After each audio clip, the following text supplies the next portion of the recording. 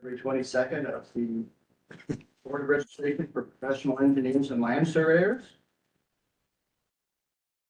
I'm Dave Peden. I'll do roll call now. We are recording, kids. We are recording some. Ivan. Here. Marjorie. Here. Aaron. Here. Doug. Here. Jim. Here. Mike. Here. Elizabeth online. Here. Ian will probably join to introduce himself. He'll join later. Yeah. Ken. Here. Christina. Yes. Janet. Yes. Kinsey. Here. Bryce. Here. Jill. Here. Okay, that I haven't sent anyone. Jim. Online, we have a couple guests. Guests online, would you like to identify yourself?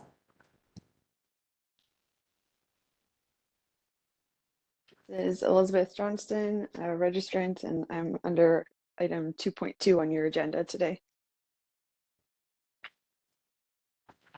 Thank you. This is Stephen Sennett, just attending as a guest.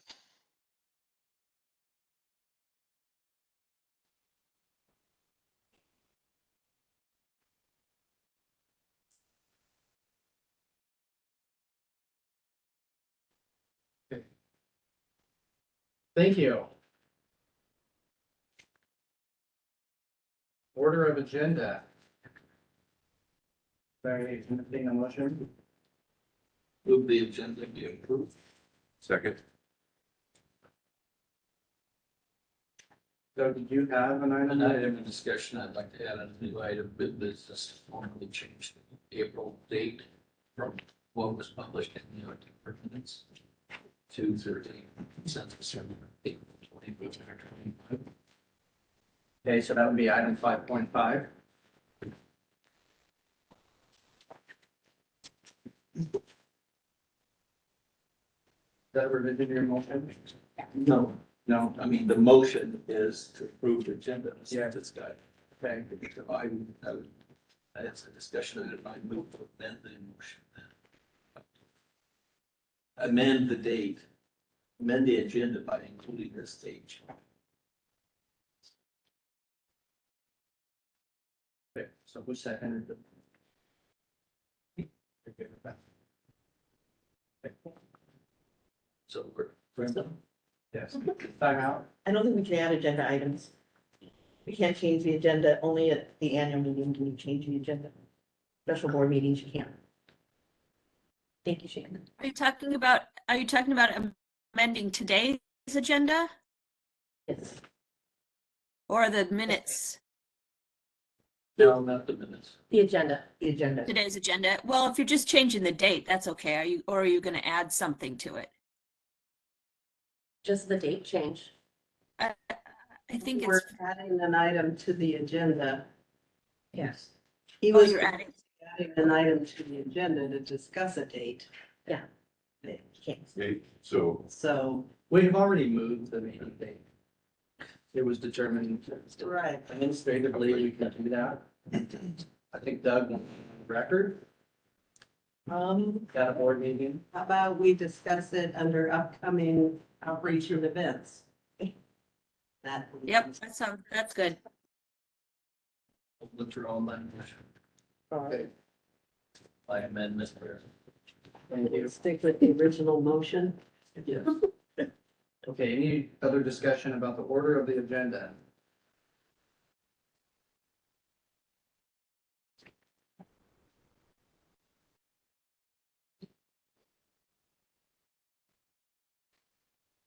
Okay, all those in favor of the motion, say aye. Uh, Any opposed? All right, motion carries.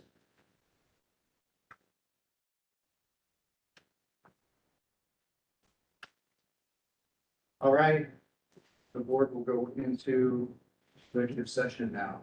Pursuant to RCW 42.30.110, and for the purposes set forth therein, the board will move into the closed session portion of the meeting, consult with the board attorney, review the performance of the director, discuss matters related to enforcement, in cases in current litigation. Closed executive session will last until 10:45. Once the closed executive session concludes, the board reconvenes open session. It is now 8:35. We will reconvene open session at 10:45. Kinsey, please pause the recording and lock the meeting. For how many minutes? Did you see that we're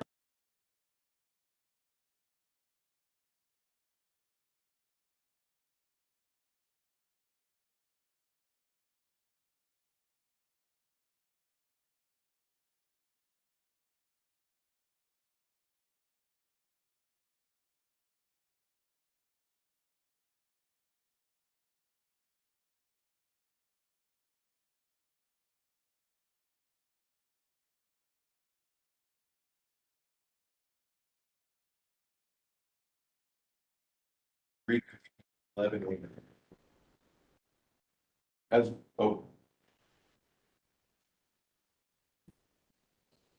So 10:45.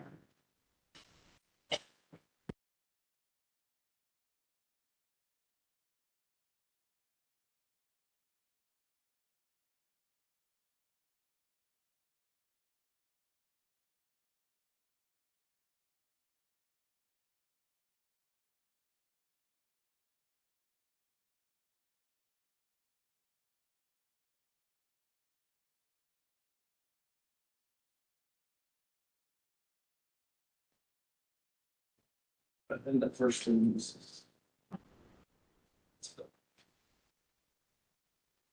Okay, are we back online? We are. Okay, the recording has started. Yes.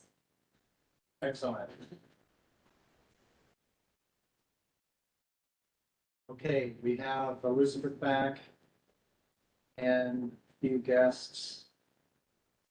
Any guests present that weren't earlier that would like to introduce themselves?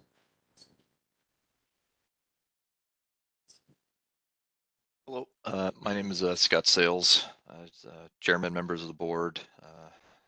Guess just here, is my microphone working properly? Yes. Yep. Welcome. Excellent, thank you.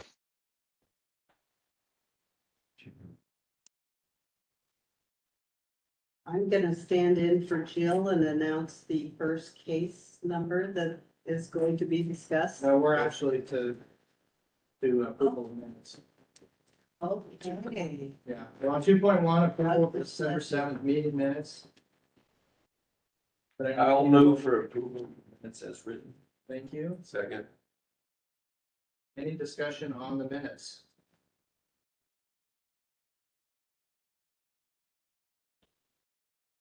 Okay. All those in favor of approving the December 7th, 2023 meeting minutes, say aye. Aye. Are there any opposed? Okay, motion carries. Thank you. Item 2.2. We're review correspondence and communications from those seeking NCEES positions. We've received information from Dr. Q, Elizabeth Johnson, our own Karen, Sean St. Clair, and Scott Sales. I believe Elizabeth Johnson emailed us some other information that McKinsey will forward out to, where's the same version? We're just showing what's in the packet currently. Yes. And Elizabeth asked that we include what she had sent us in the next board Yes. packet. Okay. We're not really taking any action today. We just thought it would be good to enter into the records that we received communications from these folks. Be happy to come in any discussion, but it's more of an informational item. Okay. Well, we got some comment right now. Next, your time is good. All right, 2.3. All board meetings are open to the public and the board invites comments and discussion from the general public. Individuals may give verbal comments during the public comment period with 3 minutes allotted to each speaker. You may comment about any matter that is on the agenda, any matter that concerns you. Board meetings are not adjudicative proceedings nor hearings, so the board cannot accept and consider direct oral testimony in support of or opposition to any given complaint or application. Before you give comments, we encourage you to familiarize yourself with the board's statutory authority. All public comments are subject to disclosure under the Public Records Act. There's no one in the room. Is there anyone online that would like to make a public comment? Mr. Chairman, this is Scott Sales. If there's a time availability, I'd like to make a statement. Go ahead, Scott.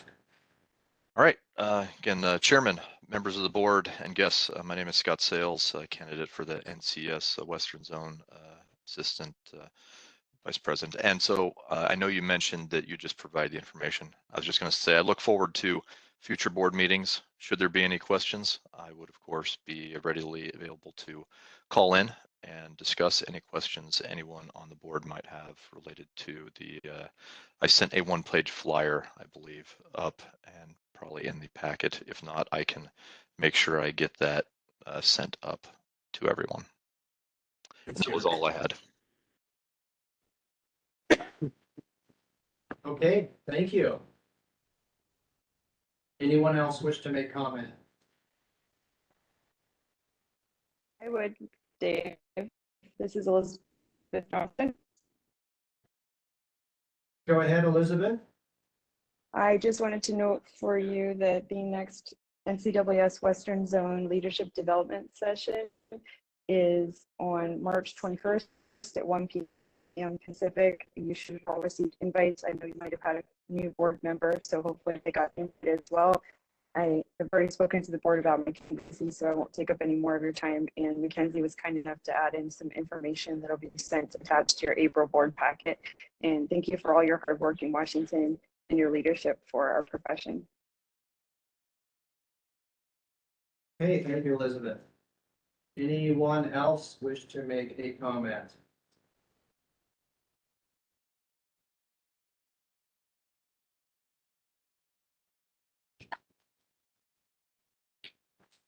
Okay, I'm not hearing any more. Let's move on to item 3.1, case deliberation.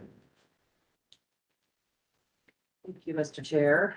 We have 5 cases that are being recommended for closure this time. The first one is case number 2021-05-1259-00 LSV, and Mr. Wingler is the case manager. Guess I'm gonna read the entire. I tried to make it possible. It gets worded. Complaint summary, that the survey respondent was wrong based on the opinion of another survey firm. The work was not defensible, causing them great expense and effort due to the error. They also believe that the respondent changed 2 of the property corner caps on 2 of the 6 corners they installed. That all of the corners set by the respondent are in the wrong locations. Also, is not consistent with their survey map. They count the original recorded survey maps and the survey provided by the other survey firm. Facts, the complaint was filed on 5/24/2021. Respondent is a licensed professional land surveyor. Respondent has had multiple complaints filed against him, all of which were closed with no further action or remedial counseling. On 12/21/2019, the respondent did perform a boundary and topographic survey for the complaint. Although the survey map is titled topographic boundary 4, monuments were set and the survey was not recorded. Said survey did not meet the minimum requirements of Chapter 5809 RCW or Chapter 332 Black. On 2/16/2021, the complainant contacted the respondent and indicated something does not look right. On 2/28/2021, the respondent revisited the site and performed a new survey and produced a map titled Partial As-Built for. Said map shows the location of a fence along the north, south, and east boundaries which appear to be built along a line between monuments at the northeast and southeast corner of the completed property. Northeast corner monument recovered by the respondent was set by survey firm A. Southeast corner monument recovered by the respondent was set by survey firm B. Both the recovered monuments fell approximately 5 to 6 feet southwesterly of where the respondent claims he set the original monuments, which now are missing. The respondent reset the monuments at both these corners where he set them originally. The results of the survey were also not reported, nor met the minimum requirements of Chapter 58 of 9 RCW or Chapter 332-130 WAC. On 3/19/2021, the complainant hired survey firm C to resurvey the subject property. Said survey shows that all the monuments set by the respondent to be displaced approximately 4 feet easterly of their correct positions. Said survey also shows the monuments set by survey firms A and B at the northeast and southeast corners, approximately 2 feet east of their correct positions. A fence is shown constructed between these two monuments. Said survey was reported with the county auditor. It contains a narrative explaining the procedures used to survey the subject property, in addition to showing graphic flat reconstruction necessary to support the boundaries shown thereon. The survey appears to be in compliance with Chapter 5809 and Chapter 332-130 WAC. On 3/27/2022, the respondent again returned to the field to attempt to understand the complaint and to investigate. Respondent again resurveyed the subject property and recovered numerous monuments in various positions. There are now 4 monuments in the vicinity of the northeast and southeast corners. Respondent prepared a preliminary record of survey, which contains a narrative explaining the recent history of the monuments and conditions encountered since the original 2019 survey. The survey note claims that some of the monuments set and recovered have been disturbed, and that the fence that was constructed between the erroneous monuments containing the identification caps of survey firm A and B had been removed and reconstructed between the monuments by survey firm C. In addition, the survey shows a graphic flat reconstruction necessary to support the boundaries shown thereon and appears to be in compliance with Chapter 5809 and Chapter 332-130. However, there still appears to be discrepancies in the position of the monuments set by the respondent between 2019 and 2022, the 2 surveys he performed. During the investigation, both survey firms A and B were contacted. Both firms deny ever surveying in this area and do not know who set these monuments. In addition, adjoining landowners were contacted to see if any of them hired these firms or someone else to set these corner monuments. 2 of the 3 landowners indicated they had not hired a surveyor to set the corners. We have not heard from the 3rd landowner. The board has recently dealt with and is continuing to deal with an unlicensed individual who is performing surveys and is believed to have worked for one of the firms whose identification caps were found by the respondent and survey firm C. Of course, the first 2 surveys performed by the respondent did not show enough controlling monumentation and plot reconstruction procedures required to support the boundaries shown thereon. It was impossible to determine the positions of the monuments set by the respondent in 2019 are identical to the position of the monuments set by the respondent in 2022. In order to get to the bottom of the discrepancy in the position of the monuments set by the respondent between 2019 and 2022, a copy of all his field notes and traverse closures were requested. It was my intent to independently compute the positions of monuments to prove that they were set where they are indicated on the survey. The respondent was unable to produce the field notes or traverse closures necessary to support any of his field work. Therefore, was unable to validate the positions of any of the monuments he set in 2019 or 2022.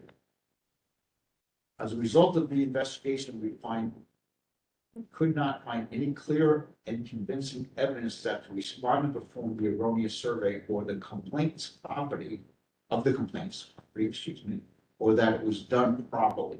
In fact, there is a possibility that a third-party unlicensed individual has tampered with and possibly set the erroneous markings at the northeast and southeast corners, which is the basis of the complaint. I find no evidence that, or good reason why the respondent would change two of the property corner caps. The respondent has visited the site 2 additional times since the original survey, trying to reconcile the discrepancy, and has produced a preliminary record survey showing the latest site conditions. The respondent did record the survey of the subject property on 11/8/2023. Therefore, I recommend the case be closed with no further action. Questions? I move we accept the case manager's recommendations. Second. Thank you. Are there any questions or discussion?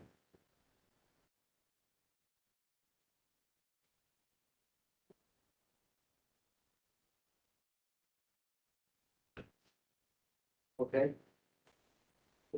All those in favor of the motion of accepting the case manager's recommendation for 202-105-1259-00 LSV, please say aye. Are there any opposed? Okay, motion carries. Thank you.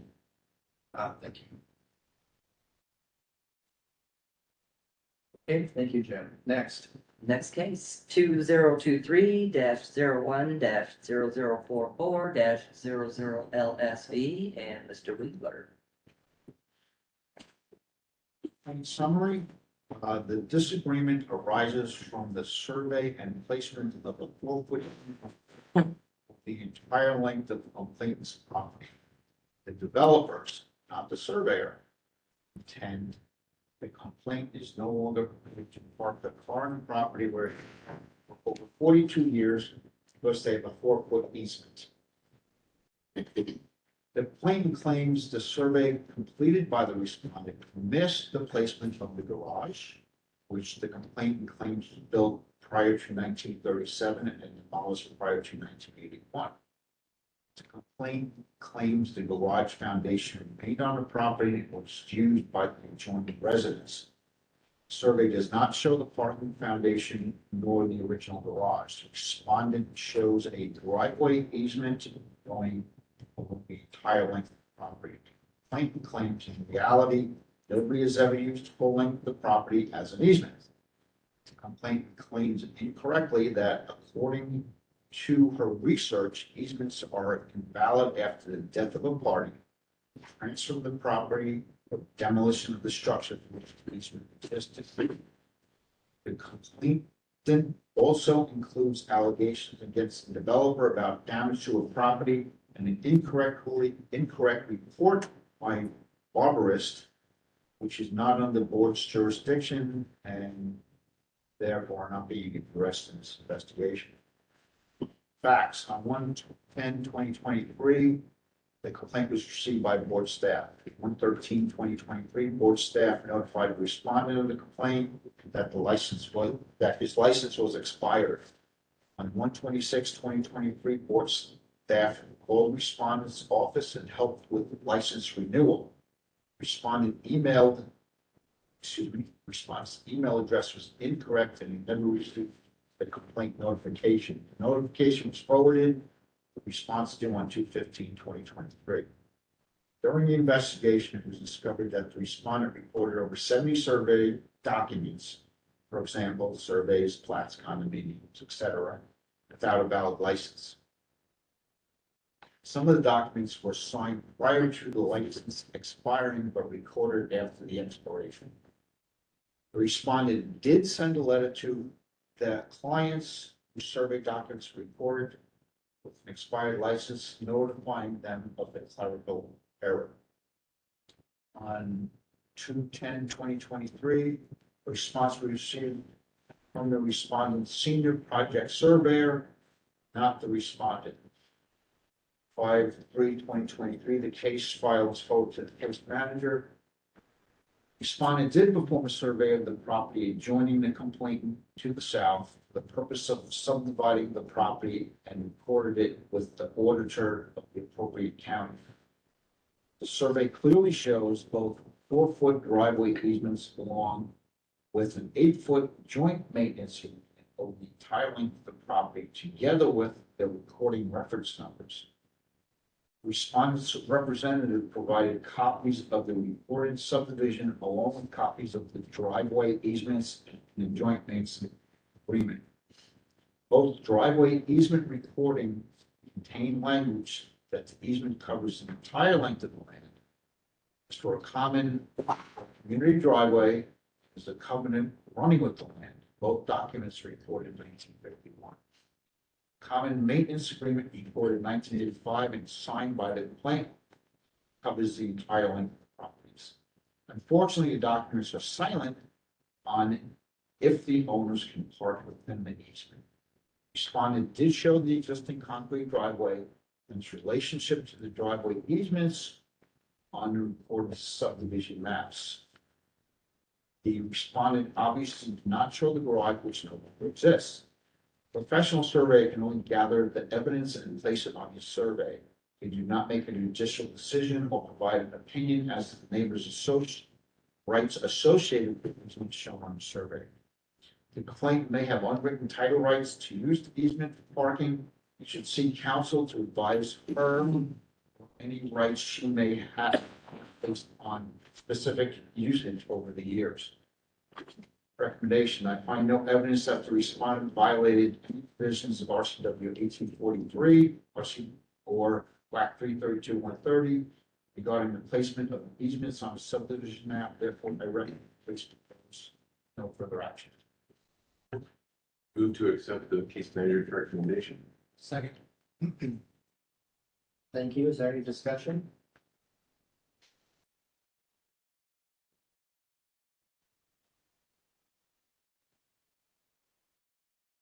Okay, all those in favor of the motion to accept the case manager's recommendation for case number 2023-01004400 LSD, please say aye. Aye. Are there any opposed? Okay, motion carries. Thank you, Jim. I abstain.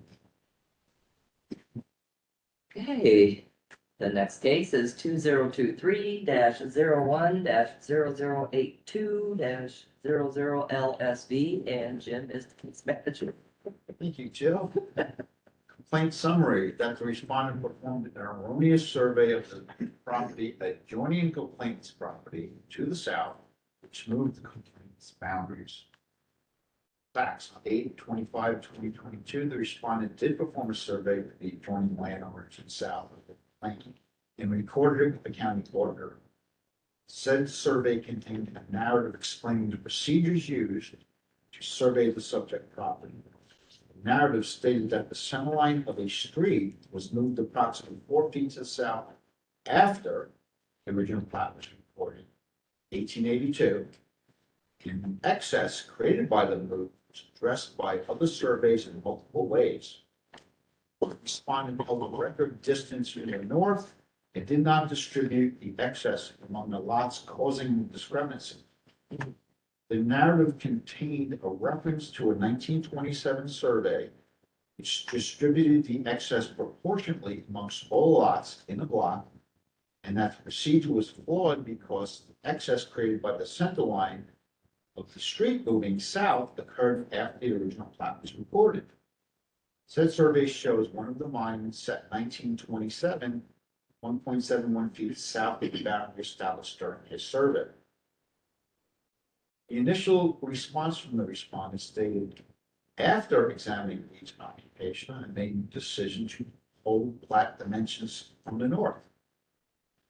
During the course of the investigation, the respondent was asked to provide documentation proving the street was moved and or that additional right-of-way was required after the original plat was recorded, which would support the decision to hold the plat distances. Respondent produced a City of Seattle section map showing an original and current monumented centerline, which differs by approximately 4 feet. The respondent did not produce any recorded documents proving the street centerline was officially moved, or any additional right-of-way was acquired after the recording of the original plat.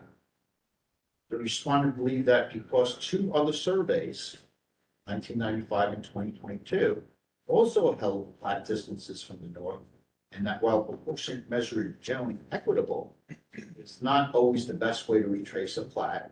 And in the case, his method matches the location of an easement or an encroachment along the south line. The survey shows a fence line that bears between 1 foot and 3.8 feet south of the north boundary of the complainant, which closely matches the position surveyed in 1927. On 12/12/2023, the respondent reported an amended record survey changing the narrative regarding the lack of recorded documents concerning the movement of the street center line and or right-of-way after the plat was recorded. Recommendation: although the respondent could not produce documentation that the centerline monumentation moved to change the location of the right-of-way or additional right-of-way was required subsequent to the reporting of the original plat, that would support his solution not to break the excess against all the lots in the block. And contrary to the usual professional standard of care, he rejected a survey nearly 100 years old, which relied on the location of the original platted center line, and accepted proportioning procedures, and where he found evidence of monumentation which matched occupation lines of the complaint. I am recommending the case be closed with no further action, as the respondent did amend and record a survey that now contains a corrected narrative and his professional opinion as to how we chose to place the boundaries.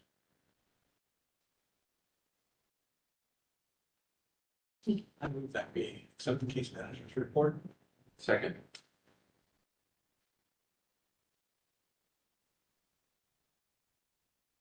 Any discussion?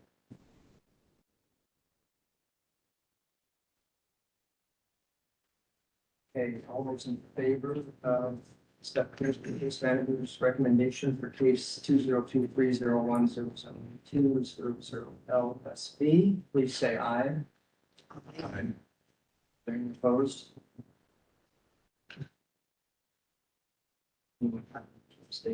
Abstain. Motion carries. Thank you, Deb. Okay, next case, 2023-04-0571-00ENG, and Mr. Vanderbeach is the case manager this time. All right, our complaint summary.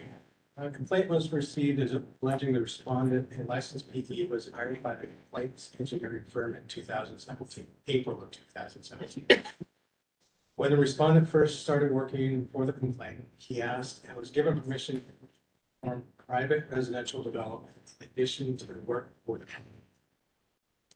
It did not pose a conflict to the complainant at the time. The respondent brought in the engineering work to the firm, and the project was a success.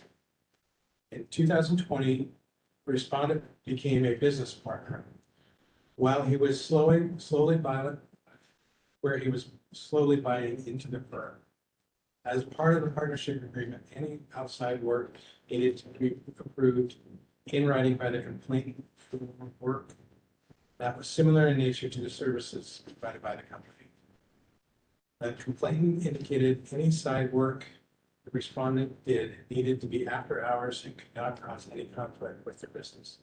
It was discovered that numerous times during the partnership with the complainant, there were red flags about projects where it appeared he had conflicts of interest. But those conflicts were not disclosed to the company, and the complainant asked the respondent about those instances. He had excuses for the instances that they knew about. The complainant learned about a project that the respondent had engaged an employee in the firm to do work as a favor for him after hours. The employee was not appropriately compensated for his work. The complainant learned about this, and they quickly paid the employee for the extra time the employee worked on a weekend, and quickly reprimanded the respondent for this. The complainant searched their network server on 3/26/23 For any personal files the respondent saved on the server, discovered numerous projects the respondent was doing on the side, some with complaints, partial knowledge, and others without any knowledge. The complainant attached the respondent's review he gave him on 4/14/23 when he terminated his employment with the company and terminated his partnership with it, along with several attachments he feels showed some of the extent of proof of his apparent willful violations of RCW 18.3.5. Complaint stated that the respondent is a strong and competent civil engineer. His motives and actions appear to be tied to his own personal gain and not that of his employer or the welfare of the public or his clients. The complainant believes that there is strong evidence that he included to show he's in violation of RCW 1843-105, parentheses 1, accepting or soliciting substantial gifts, being unlawful in statements, conflict of interest violations, and non-disclosure offenses. A response was received. The respondent wrote he has not accepted or solicited substantial gifts and feels the complainant did not provide evidence to prove such. The respondent stated he has not been untruthful in his statements and the complainant provided no evidence. He wrote he expressly disclosed all outside work to the complainant. All outside work was approved by the complainant. None of the outside employment affected his decision to perform engineering work for the complainant, and all was related to land development and not engineering services. Interviews were conducted by board staff with the complainant, the respondent, as well as witnesses named in the complaint. The case was reviewed by an outside subject matter expert. Specific efforts were made to identify a paper trail substantiating the complainant's arguments. None were found. There was no evidence uncovered to prove the respondent had violated any laws, rules, or enforced authority. During the investigation, it was discovered the respondent's company resolution appeared to offer engineering services, and the company did not have a certificate of authorization with the board. Staff notified the respondent the company would need a COA, and the respondent stated that the company does not offer engineering services. The company resolution was updated and excluded any mentioning of offering engineering services. Board staff contacted local permitting authorities and was informed the company has not applied for any permits requiring engineering. I recommend closure for this case. Or accept recommendations for this case. Second. Thank you. Is there any discussion?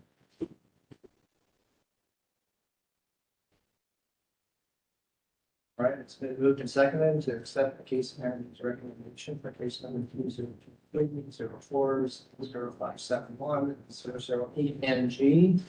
All those in favor of the motion, please say aye. Aye. Are there any opposed? Abstain.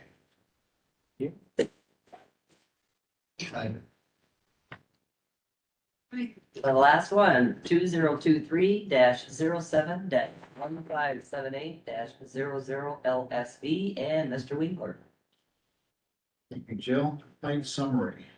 Complaint alleges the respondent performed a survey in 2016, but will not report it. Facts. 2016, the respondent entered into a contract with 3 individuals to perform a survey to locate a road and associated improvements, produce an exhibit of the survey. Contract did not include setting of monuments. Contract stated that, quote, if a survey is required or requested to be reported with the county auditor, the clients agree to pay an additional $200. During the course of performing the survey, the respondent did find encroachments and did set monuments in the corners and along the line of the subject property. 2017, the respondent produced a map titled Preliminary Survey / Exhibit. Said map included a legend denoting that the monument set consisted of magnetic nails and wood hubs, quote, for inspection. Nails and hubs did not contain the certificate number of the respondent. The respondent claimed that since the monument set were not permanent, the survey was preliminary, and was not required to record the survey. The map appeared to contain all the information required by RCW 5809 and WAC 33130, including an auditor's and surveyor certificate. The complaint repeatedly requested the survey be recorded, while the other two clients made no such request. During an interview, the respondent stated they visited the site and searched for the temporary monuments, he said, and verified that two of the magnetic nails had been paved over, and hubs and lath, except for two which were set by the complainant's boundary, on the complaint's boundary, were now gone. One of the remaining hubs was found and replaced with a rebar and surveyor's identification cap by another surveyor hired by the complainant. Both the hub and rebar replacing one of the hubs are now shown on a recorded survey in the auditor's office of the county where the property lies. After discussing the verbiage in RCW 5809, the respondent now understands that any monument is required to be permanently marked or tagged with a certificate number of the land surveyor setting it, and the monument itself need not be permanent to necessitate having to record a survey in both cases. In addition, the respondent mentioned that he would not be entering into contracts with more than one entity in the future. Since both the hub and rebar replacing one of the hubs is now shown on a recorded survey in the auditor's office of the county where the property lies, I recommend the case be closed with no further action.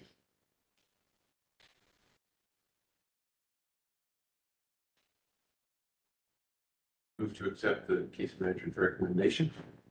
Second. Thank you. Any discussion on the motion? All right. All those in favor of accepting the case manager's recommendation 2023071578000LSV, please say aye. Are there any opposed? Okay. Right, motion carries. Thank you, Jim. Yeah, sit yourself some water. Okay, that was all for case deliberation, correct? Yes. Okay, disciplinary report, Joe? Okay, so, there's the disciplinary report. I'm sure you've all reviewed it prior to the meeting.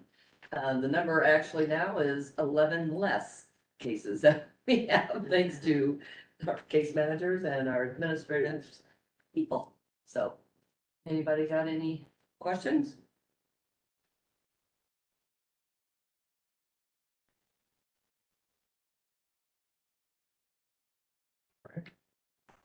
Thank you for that report, Joe.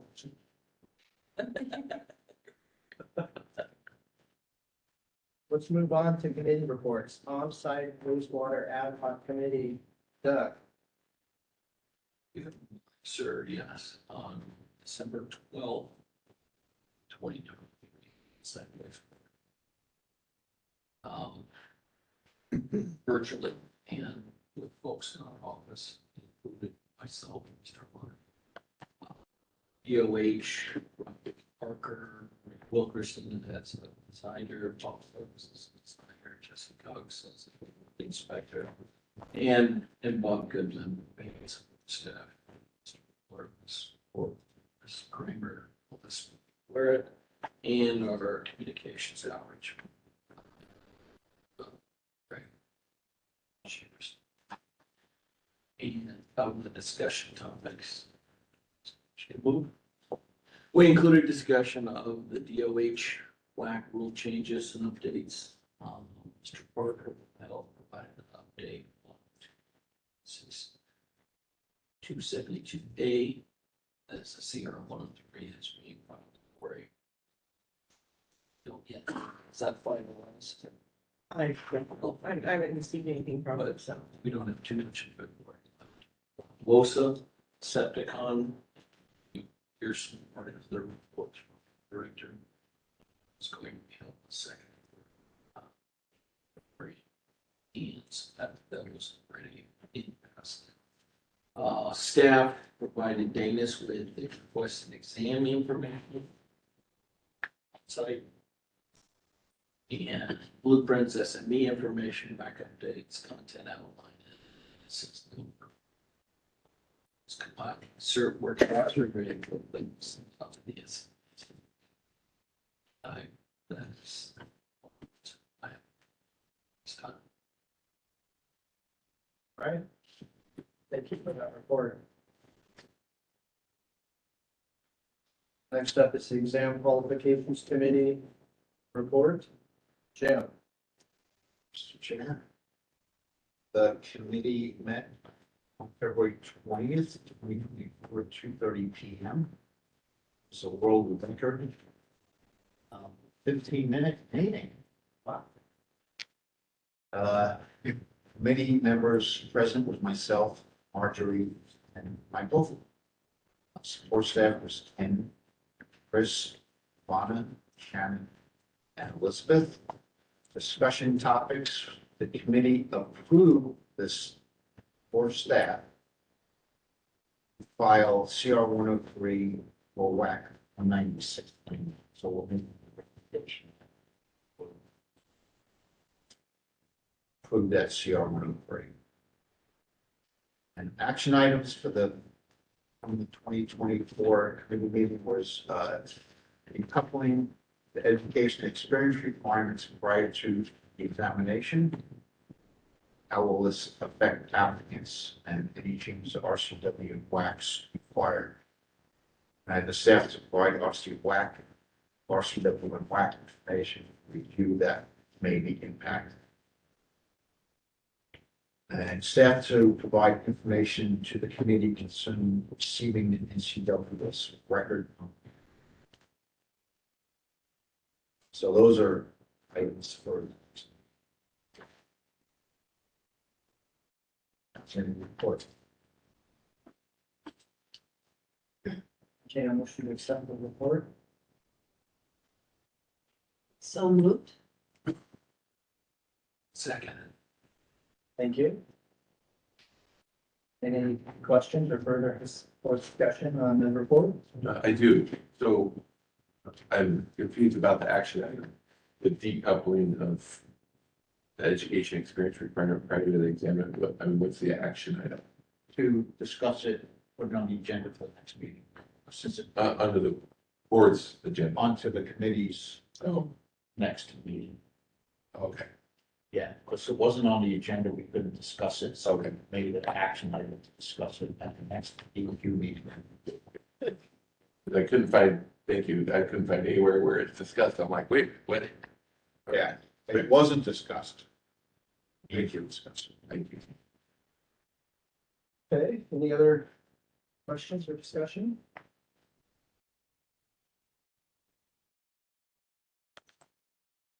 Okay, all those in favor of accepting the Exam Qualifications Committee report, please say aye. Aye. Is there anyone opposed? Jeff? Executive Committee? We met in this room yesterday at 10 a.m. All committee members were present.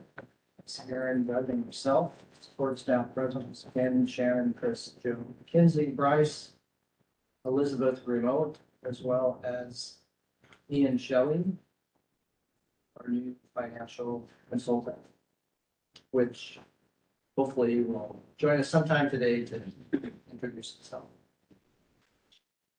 Discussion topics. First was the financial report. Ian introduced himself as the agency's new financial consultant and provided an overview of the financial report. He reported that BRPELS is in good financial condition and that revenues are reasonable and within historical ranges. Fund ended the month of January with a balance of 1.67 million. And there was $204,000 in revenue. Projections show BRPELS ending the biennium in June 2025 with a fund balance of 1.38 million and is projected to be underspent by about The House and Senate budgets have been released. There are no fund sweeps. Small adjustment to central services cost was included. He also noted that the state auditor's office has 200 hours penciled in towards an audit of our agency.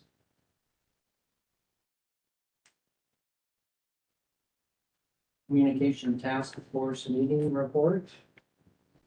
Copy was in the packet. Ken provided the report. Chris stated she and other staff are working with the Survey Advisory Board. That's a DNR. Yes. And LSAW to recirculate the government destruction preservation information.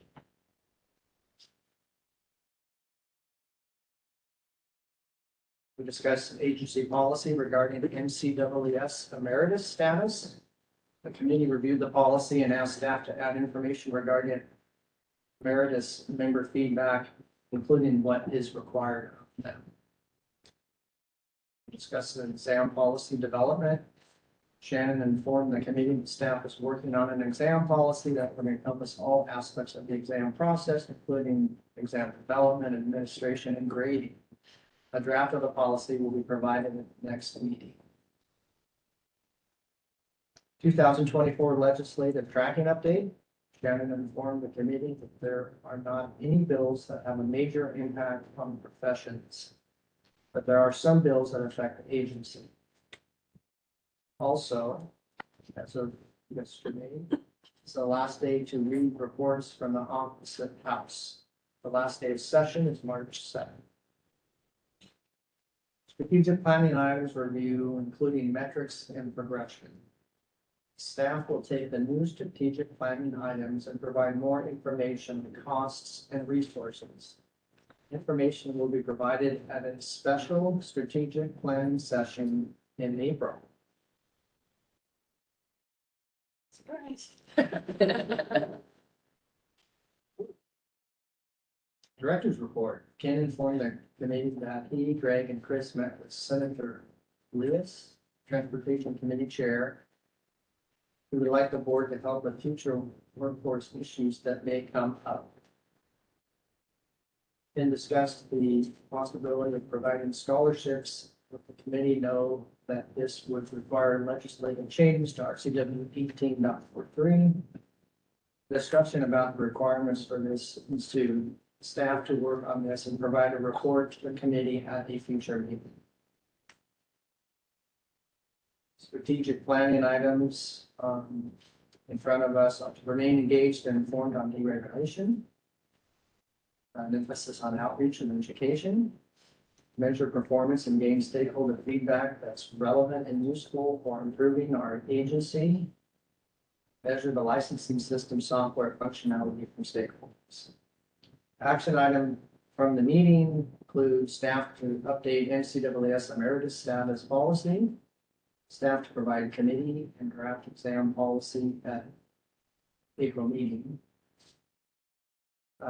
staff to provide updated strategic planning supporting information to board at April. What's going on? April meeting. That is the end of the exec committee report. Move to accept.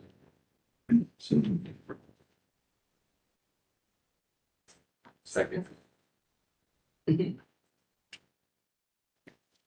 With that second go to.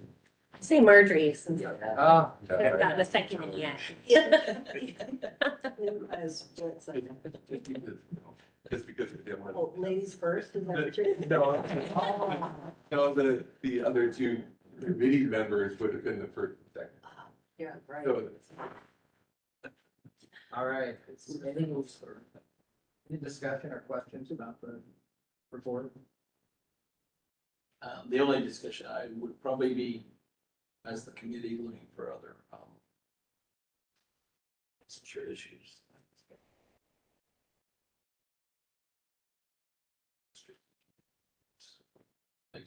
I think the structural committee will probably discuss the board. So that's continuing appraisal of those things.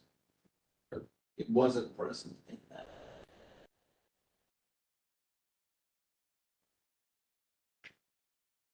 Yeah. Ken, do you plan to bring out the April strategic meeting for you? But that's all good, too. Yep, that's fair. Any other questions, discussion? All right. All those in favor of the motion to accept the executive committee report, please say aye. I, Any opposed? Okay, thank you. And Verity, practice committee report, Ivan. All right, the practice committee met physically yesterday and also virtually. Attending for the members, Senator Aaron, Buddy, and myself. That was board, Jill Short, Shannon Gillespie, Kenzie Ward, Bryce Luckerson, Elizabeth Lagerberg. Guests were Walt Dale, Mike Harney, Dave Payton, Jim White. Complaint summary, complaint and administrative closure summary. Had a total of 5 complaints received, 1 engineering complaint, 4 surveyor complaints, 0 on site design. Total administrative closures were 6, which 2 were engineering closures, 4 were surveyor. Compliance report, non-compliance report. Pretty short reported that there are currently 3 individuals on compliance monitoring at Huxell, Clinton Berkeley, Stephen Morta. Mr. Huxell is going through the appeals process. The Court of Appeal accepted the appellate's brief. The response was drafted by the AAG. Next course of action will be ordered to decide the case without an oral verdict. We'll pursue civil action once the final appeal is determined. Mr. Berkeley and Mr. Morota are both in compliance with the board order. Ryan Hawkins and Russell Oge are on non-compliance report will continue.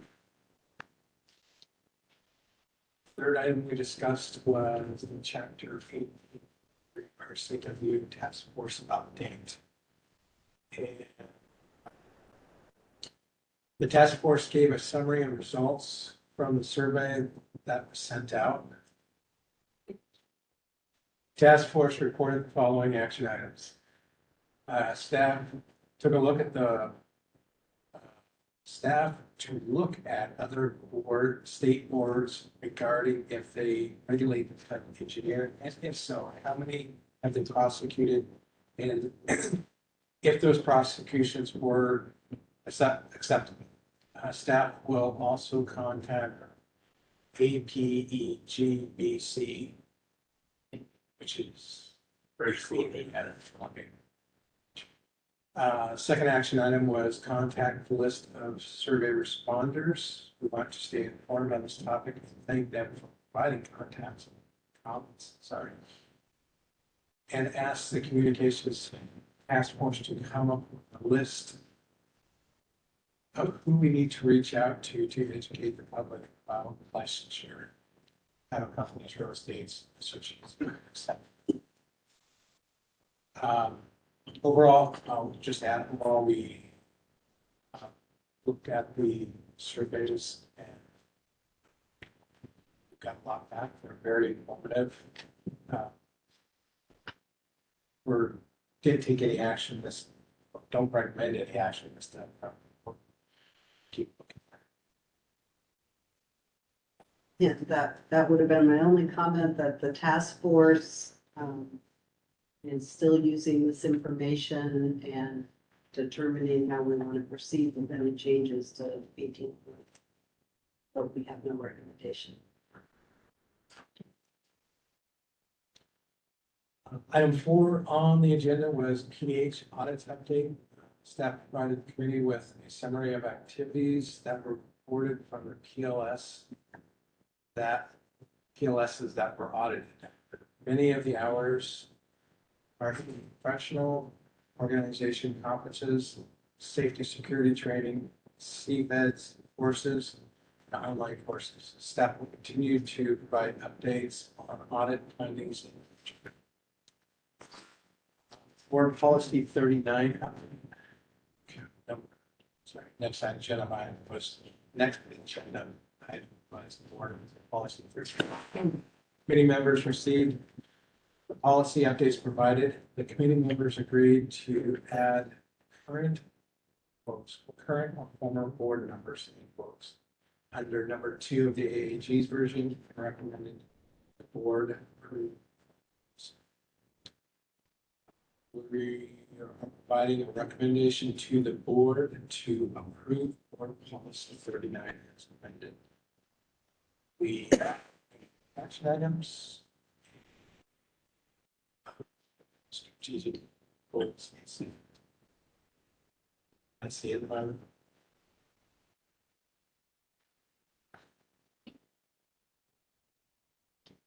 I move we accept the, that we receive the practice committee report. Second. Any discussion or questions? Can give a real brief summary of what the administrative closures were. Give summary of the administrative. Yes, do you want me to read them or do you want me to No. just send them to you? They're in the, Or they like, you know, somebody not. Civil- License, they're Civil matters mostly. It's contract issues, that sort of thing. It's kind of all of them are. I have to look at it, I'm sorry. Just want to know the land surveyor one. I weren't down to it. I just was curious. Just They were really basically it's civil and he's the, Yeah, one gentleman thought that a land surveyor had changed their written legal description. And research had found that not to be true. We talked to the surveyor, we talked to another surveyor that the complainant had reached out to. And didn't find evidence of any wrongdoing on any of the surveyor's parts. And suggested to the gentleman that if he feels there's an issue with him and his neighbor and the property line or title, then he needs to hire an attorney. That was one of them. Yeah, so there was one with, a complaint that a surveyor didn't do proper research. When he did the survey, I'm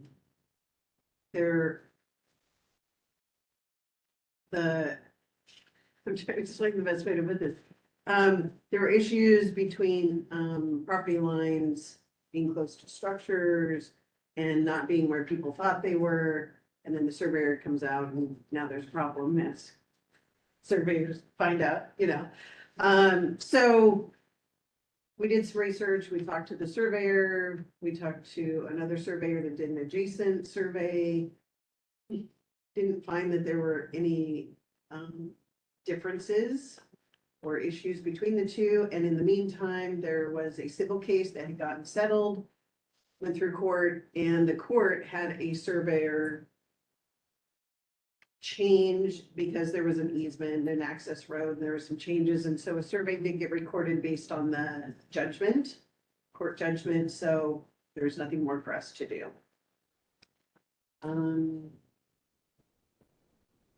one was somebody posted something on Facebook saying that he could do a survey, so we did research. Yeah, he's not licensed, but he was contacted and informed that, you know, he's not licensed, he's not supposed to do that. He did work for a surveying firm in the past, he said, but we sent him a letter. Certified letter. Notifying that, you know, this is considered unlicensed practice and you know, if we get a complaint, we will be investigating a possible disciplinary action.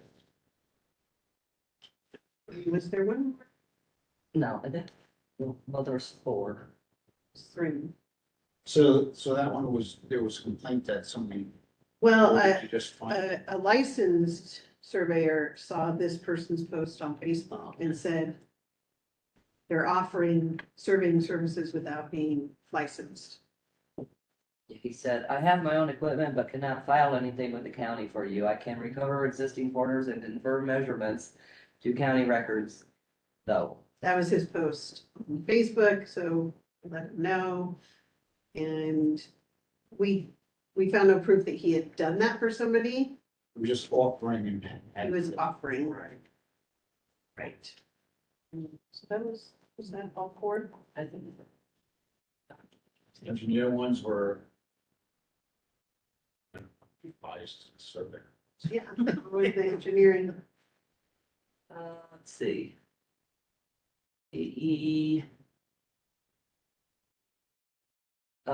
Yeah, the one, the guy, worked for a company and the father owned the company.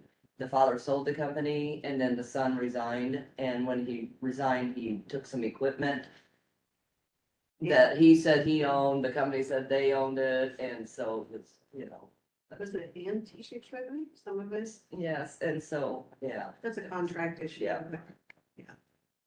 Nothing to do with engineering, and then, oh, the other one was, got a complaint that, so, an individual bought these plans to build a carport. And he gave them to his neighbor, and the neighbor changed the name on the plans and put his name on there. So, and submitted it for a permit, so he started building, I think, and then somebody found out and told the county, and then they found out that it wasn't his, and they told him, no, you can't build that, you need a, you know, this is not your drawings, and so it's same type of situation where you will be contacted by letter saying that this could be considered unlicensed practice, and, you know, so. Great, thank you. Mhm. I have a question. Are we doing anything about the out of compliance individuals? Saying they're out of compliance. We have, so Hawkins, we have sent him to collections. Yes. And it's basically an annual. Baj is really old and I'm not very familiar with that. He's the one that DSHS, who wasn't. Yeah, I paying know. I support. did Bodge. Yeah. In a previous life. I mean, it's been Yeah. a long time. Yeah. And he's disappeared. So we're gonna keep reporting on this for eternity and. This is part of our non-compliance report, so at this point in time, we only have 2 people on it. I would imagine if we start to accumulate, we might not get into it so much in every meeting, but we're just gonna make sure that we've got them on our radar and that they ever show their faces in Washington again. That's my question. We just have it on the radar, but we're not doing anything further on either of them. Yeah. I have one more comment, if I may. So the task force 1843 review of the questionnaire that went out. Well, the survey of the title I changed it. engineer. The results of this survey are on our SharePoint, along with nearly 4,000 comments by individuals in the industry and related to the industry. And the task, it was tremendous. And Ben and I have read them between us. We have read all of them. And we would recommend that the board members, when they get a chance, look through there and read them. There was a tremendous amount. I'm impressed by how many people chose to speak to us about their opinion on the issue. So I think it would be valuable. It has given me food for thought to read through. And, you know, just think if you kind of scroll through reading a number, I won't go any farther into what the task force is doing at the moment, but just recommend that to all board members. Where is that located? SharePoint, board SharePoint site, board resources, right down there, legislative information. We'll send you a link. Yeah. Yeah. I think I sent the committee members a link, so I'll just forward that. So I think it'd be great if the board members got the link to the survey is into spreadsheets. For those that responded, yes, I think there is a public safety concern for the title engineer, and those that said no. But all of the comments that come out of that are interesting. So. Right. That's it. I don't know, but just discussion point. Seems to me we've had board members ask or have administrative closures in the past. Those seem to only go to PC committee members. Is this something the board would like, and is it appropriate to have in the board packet? Hey, for your information, here are the administrative closures. That's why. They're in the practice committee folder that, But we don't see those before this meeting. I don't get the practice. well, I mean, any board member can go into that folder, right? It's on the board site on SharePoint. Anybody can go in there and read those. So when the board packet comes out, we could also look in the committee packets. They're in there. Okay. But previously, they were, before SharePoint, they were just sent out to committee members. Right. So I didn't know to look there. Because I didn't think I was going to be sent to them. That's why I asked the question. Okay, now we know. Now I know. Yeah, you can go. And it's nice to know that the reports are in there. Yes. Yes. You can follow along. Okay, thank you. All right, any other discussion on the practice committee report?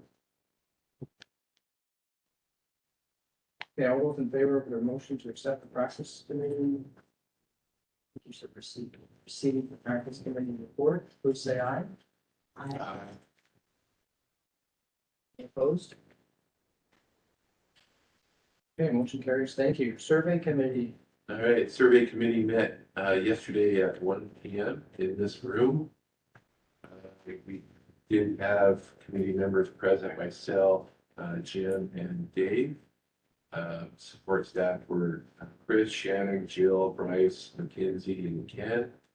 We did have 3 guests virtually, Paul, Walt, and Tim. Items discussed. Jill presented a table showing the breakdown of PDH credits for the categories and sort of like a building upon the item under the practice committee report, the PDH credits and kind of the audit kind of tracking. We discussed that as 196, 120. And that specifically has PDH hours associated with it and classifications categories. So we discussed moving forward as a potential CR 101, but Shannon wanted to do a little bit of research as to whether we have a current CR 101 in play for that specific WAC work that we're going to do. So I'm sure that she would work if she has it. But the committee felt that it was appropriate to at least take a look at that WAC as to the categories, whether the categories are still relevant or the PDH hours that are associated with each of the topic areas for the PDHs were appropriate. So I don't know, Shannon, did you have a chance to find that out if we have a current CR one? We have a 101 for chapter 16, but I think it's only covering licensing requirements, so I have to talk to, we have a meeting with Elizabeth in a week or so. Okay, so, Find out from her.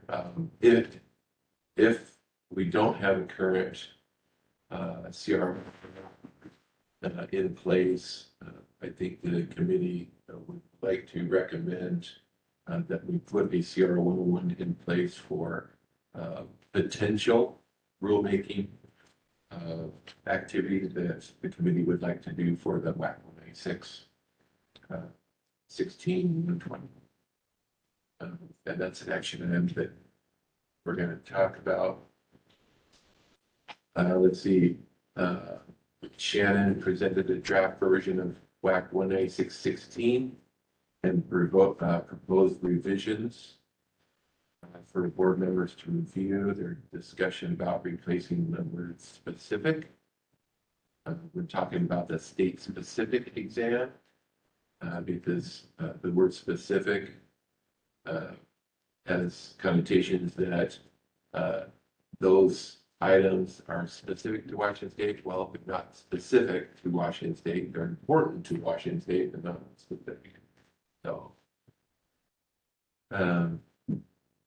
once the committee members share their comments, Shannon will compile those and present it to the committee for discussion. There's a discussion about whether to proceed on the proposed WAC change 1966. I'm sorry, 19619 110. Sorry, 19629. I know, same thing. And so we discussed it, and the committee felt that we do have a lot of survey intensive efforts being taken on right now, and we felt that the activity of that proposed 19629 110 is probably a something that we need to devote a lot of effort to, but we don't have the capacity right now as both staff and committee. So we felt that it's appropriate to maybe table that discussion, get through some of our survey exam related items, limitation related items, and potentially come back to it in the future.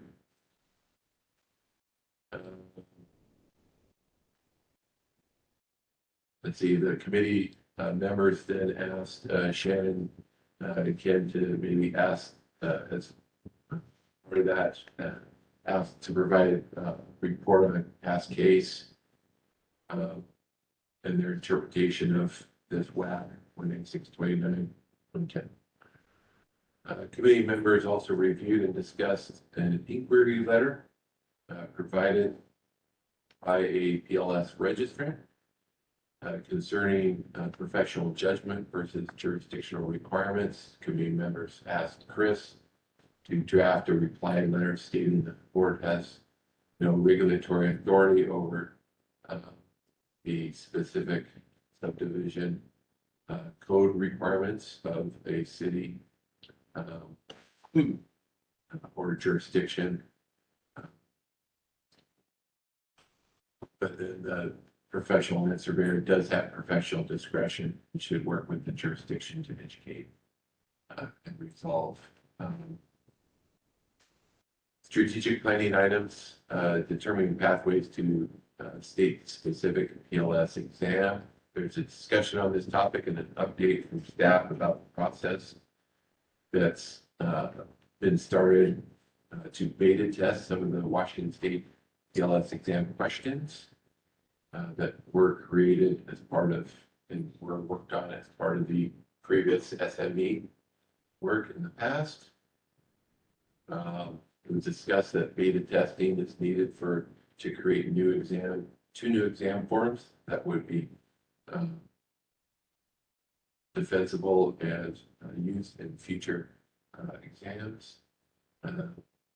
Also, a discussion on exam policy that the staff is currently working on. We discussed the work with the DNR, a proposed update on proposed update of Survey Reporting Act and Associated Wax. Did not bring to that discussion items, but that is something that the committee is fully engaged with DNR with through Chris. Chris, you are the one that's attending that DNR advisory board. Yes, I've been attending the survey advisory board meetings. Yes. From this committee meeting, we had 6 action items. First action item was the committee to recommend to the board that CR 101 be opened or an existing one be amended for refreshing the 196, 120, which are the PDH units. Another action item was Shannon or Ken will contact the AAG for the right case report and the analysis done by the prosecuting attorney. Action item 3 was committee will recommend to the board to table any further action on proposed changes to WAC 196, 29, 110 at this time.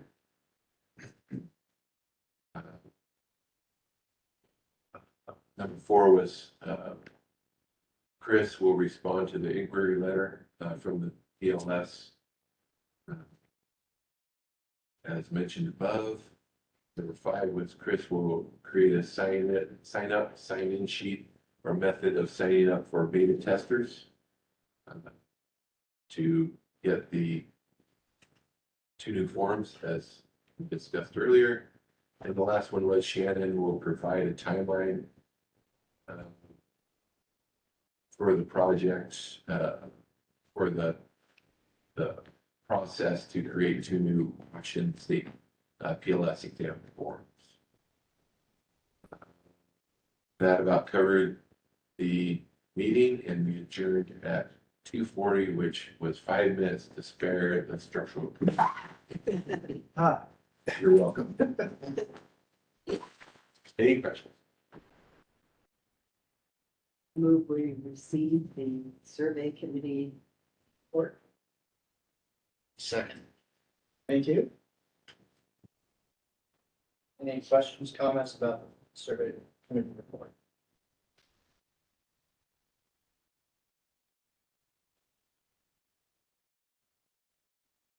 Okay, all those in favor of the motion to receive the survey committee report, please say aye.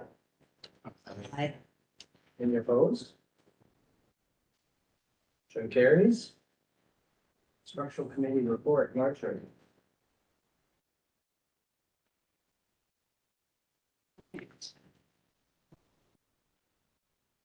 James? Structural committee met at 2:45 after the survey committee. And committee members are myself, Dave Peden, Mike Carney. Staff support was Ken, Christine, Shannon, Elizabeth, Mackenzie, and Bryce. The first topic of discussion was the Oregon State's rule change. Oregon has just passed a rule change that they will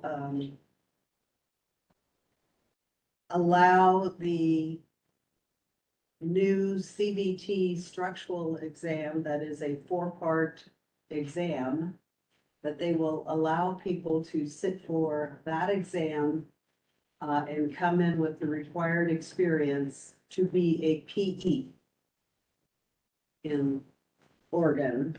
And then after, if they have the additional 2 years of experience, this is what we presume, I haven't seen it in writing, that then they can get a SE with more experience.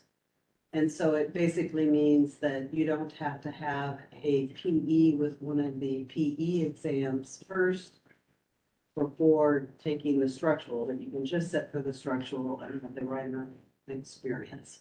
That is not how our process goes, and so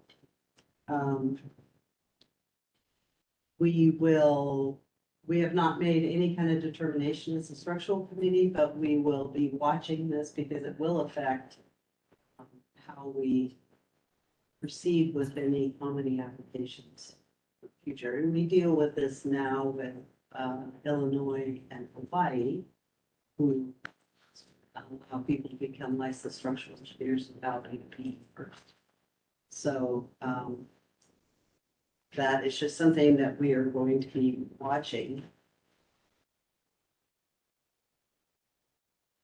Wanted to update the committee on the structural PE exam dates. As you know, it is the last exam to go fully CBT for NCWS, and they are on schedule to have that started in April. And there will be 2 parts of the exam that you can schedule at any time of the year. Because they have enough problems in the problem banks to be able to, it's basically shuffled every time somebody sits down for an exam. There are 2 parts of the exam that are called the depth portions, which are being written completely new because the CBT format. And those will only be given twice a year. The first ones being, I think it's April 17th and 18th, right in there. And so candidates will have to schedule ahead of time with us to get permission to sit for the exam and then register with Pearson View to get those seats on those particular days.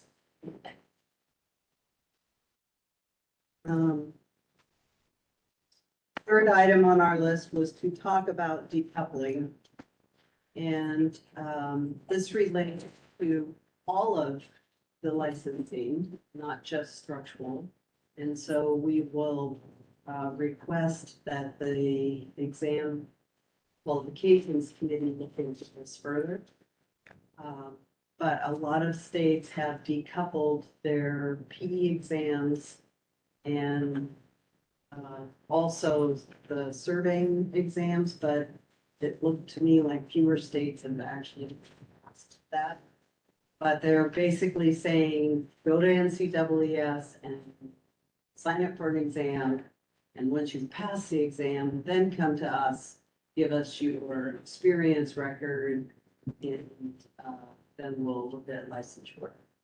And so the interesting thing with the structural is that for the fact that there are 2 exams that are given only on certain dates, which is also true of some of the other PEs that have fewer applications like nuclear, mining, whatever. Those will all just happen on certain dates. And so I believe Ken sent everyone a memo that he had gotten from NCWS that they have gotten Pearson View to agree to hold those seats available, a certain number of seats based on the history, up until 60 days before the date of the exams. And at that point, anyone from any industry can get seats at Pearson. So we've sent out an email to applicants saying, hey, be aware of this, and that you may not be able to get seats as easily after the 60-day. You're at risk. So that kind of falls into the whole decoupling issue in that if we are a state that said you got to come through us first, we've got to look at all your experience and review your application before you can go to NCWS, get approval, for then go through Pearson View. All of that has to happen for our candidates much earlier hopefully then that 60-day window, if they're taking one of those exams that is on a specific date. So I believe we had an action item related to that, which I don't have written down, but I thought that we had asked staff to look into states that have decoupled the SE exam. I hallucinating. It's not in your action plan. All right, we'll continue. Got it to right down? Discuss that, because there is no action coming towards the board out of the structural committee. But we've had discussion on, as the states have, so many states have already decoupled their exams, allowing anyone at sort of any level of experience to take these exams, that we feel there's value in us continuing to monitor how we check candidates' experience, that becomes more and more critical in our evaluation of the minimally competent candidate. So one of the discussion pieces was, Vana is reviewing all applications, and she has a very good handle on the PEs and the PSs and what their experience looks like. We want to just be assured of the reviews that she's doing on structural applications. So as of March 1st, she's to send all applications to Dave and I for a second, just for a review, not necessarily that this changes what she's doing, but we just want to become more informed of it, and we may work with her on some of the things that we see. So that's the action item out of that committee. Is that just the SE? Just the SE applications, yeah. And you did have it that we needed to research the other states. I just didn't mark it as one, so I'm gonna Okay. read it and I'll send it to you. Okay, good. Yeah, I'm mixing up between the task force and the structural, which one gets that, so. Yeah, we're just looking into the decoupling issue further, but we're gonna refer it to the exam meeting. That's it. Marty, thank you for the report. Any questions? I do. What would be the benefit of someone taking their structural, not getting the P? Fewer times sitting in a testing center. But in the SE, it's longer duration though. It's 4 days basically. Going to a testing center. But you can take it at, different times. So you're studying material that's specific to earthquake and wind. Issues. I don't know, and I don't know how Oregon's gonna handle it, because like us, they have a law for significant structures where you have to be an SE for significant structures. And someone who's doing smaller structures, residential and smaller buildings, can have a PE stamp. So now they're going to have PEs that have taken civil structural, Right. and PEs that have sat for the 4-part structural exam. Guess it hurt, but I feel that there's value in having that PE license and having more experience before you take the more strenuous 4-part exam. I think shows. Yeah, I just looking for point of order, sir. I would move the receipt of the structural engineering report. Or not. Oh, you don't. Okay. Thank you. I was just gonna say, you know, from the applicant's point of view, what would be, I mean, is that advantageous to applicant? That, oh yeah, I need to go get the structural before the PE. Is that, They, in Oregon, they will be allowed to just take 4 days of testing instead of 5 days of testing. Or they could take 4 days of testing and only get their PE and just around 5 days. yeah, I mean, If they don't have the appropriate experience. Now, the experience in Oregon refers to, you know, a little more specific activities that you have to prove that you've done. And maybe they don't actually end up doing some instructors, so they don't.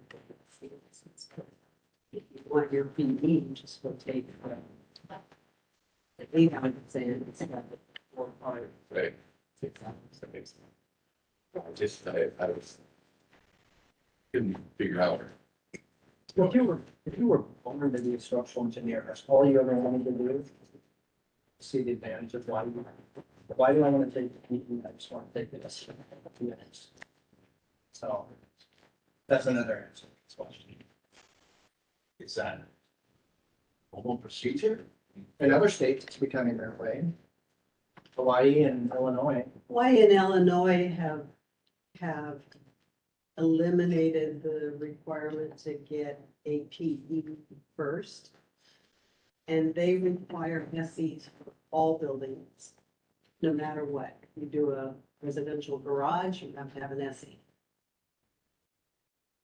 Those are the only 2 states that require SE for all structures. So an SE only. They people do civil engineering.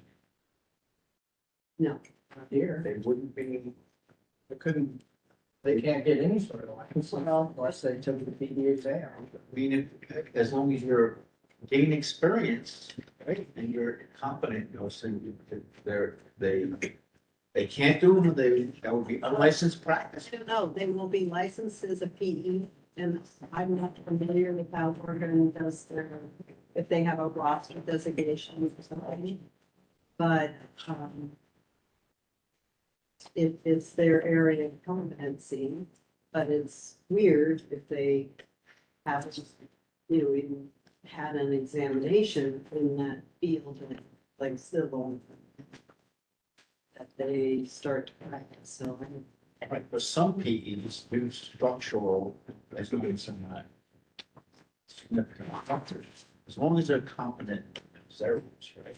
So an SE, they keyword, as long as they're, I'd say. I don't know, the justification document that we received from Oregon, that the board used to approve this change in their rules, discussed more about their processes for approving applicants and the difficulty they have with applicants, say, from Illinois that haven't taken the PE. We have looked at that and we have said, you need to take the PE. Good. It's PE, so interesting, it's almost like the trend, or I should say trend. Right? It's beginning to look like it. Reaching. Well, we're getting there. I would think that the look and feel is that states are making various ways to qualify for licensure versus qualifying to sit for things.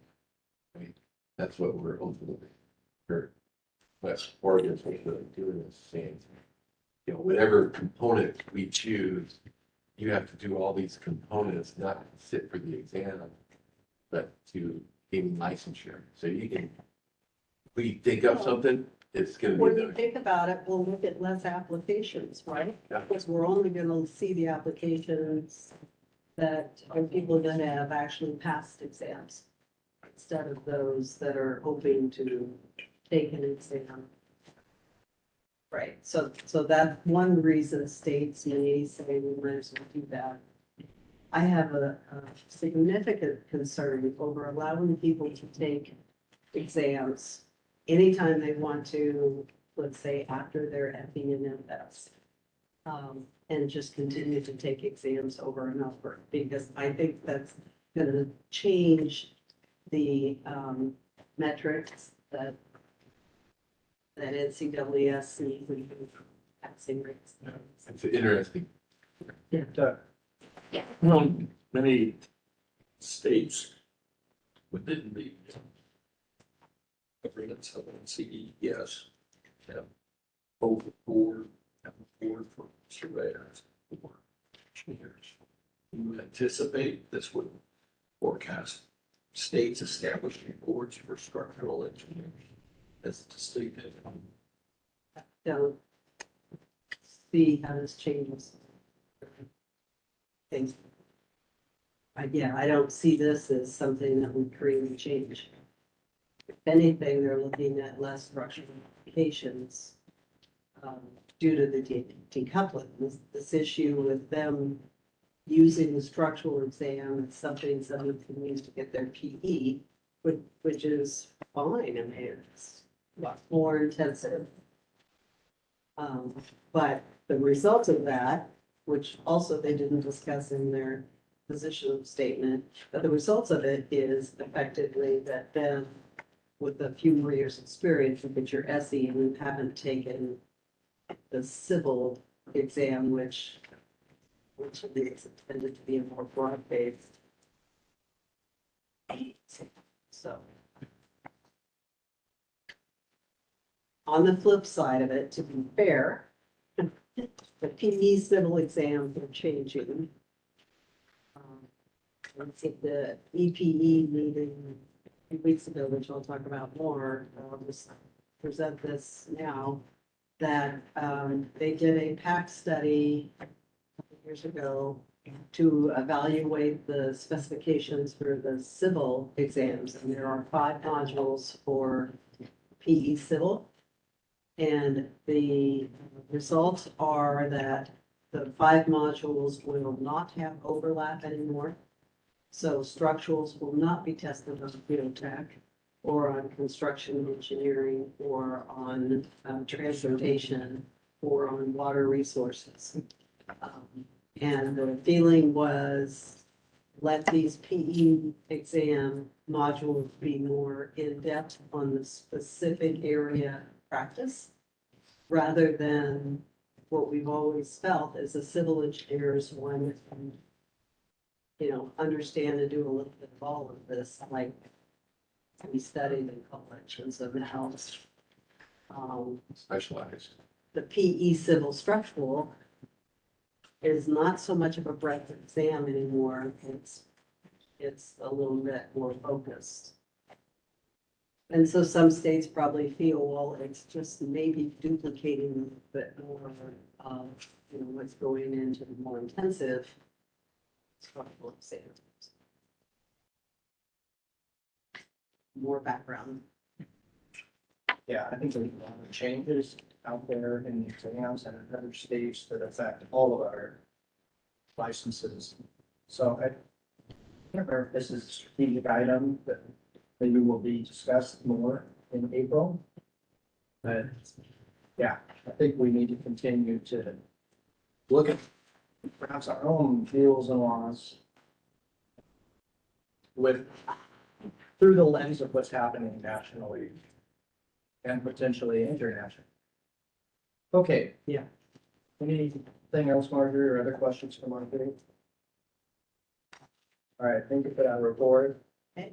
You guys have been going at this hard. Let's take a break. We deserve it.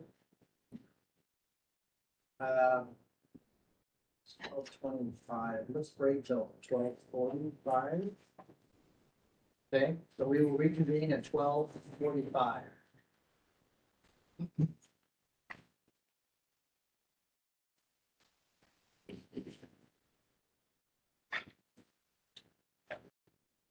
Forgot, I don't know, the beginning of the. Okay, we are reconvened.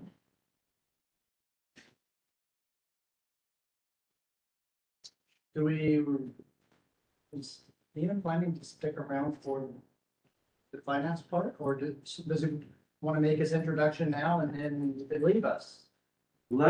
If we could, would it be okay if we interrupt and have Ian come on screen and you guys can introduce them?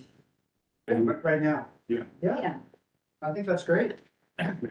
Yeah, thank you, Ian. You want to go on without the camera? There he is.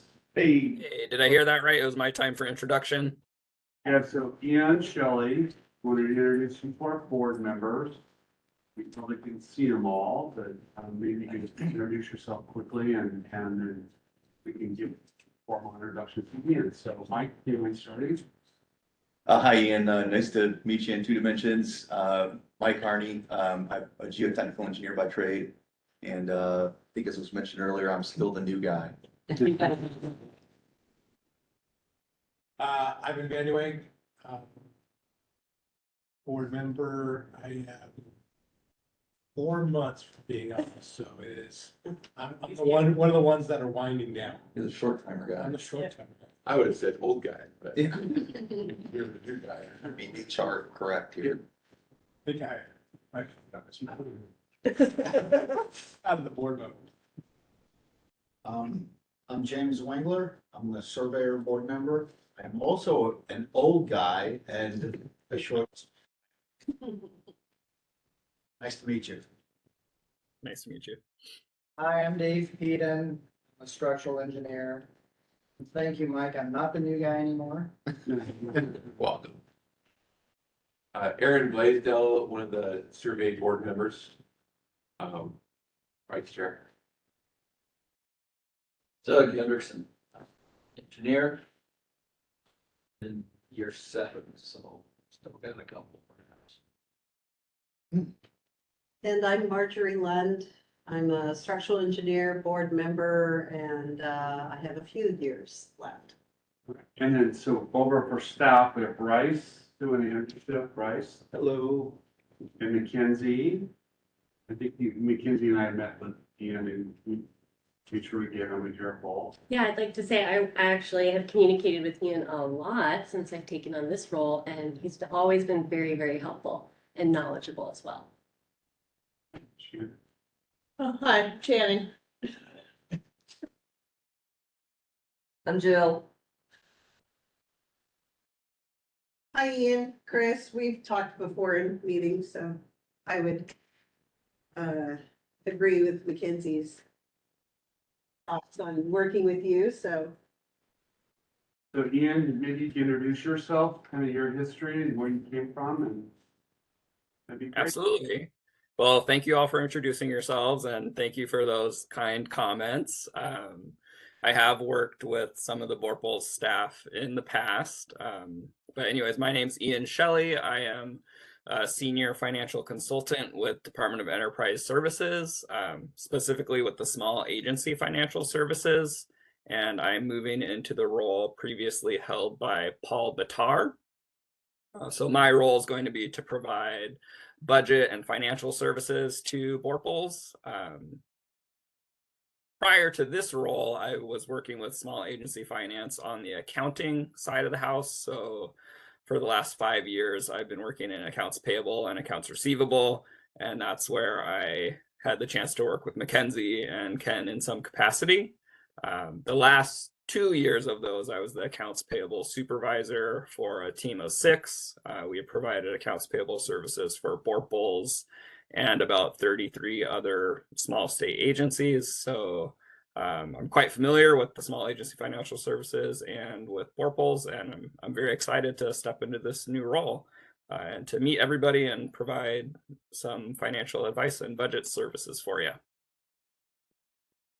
And Great. to kind of short circuit into, we'd like to let Ian go in a little bit, but do you guys have any specific questions about the budget or about the financial report, about the revenue report, any of those things for Ian? He's very, very versed in them and study and way beyond me, so. I don't see any questions, so. Any questions for us, Ian, that you may have? No questions at the moment.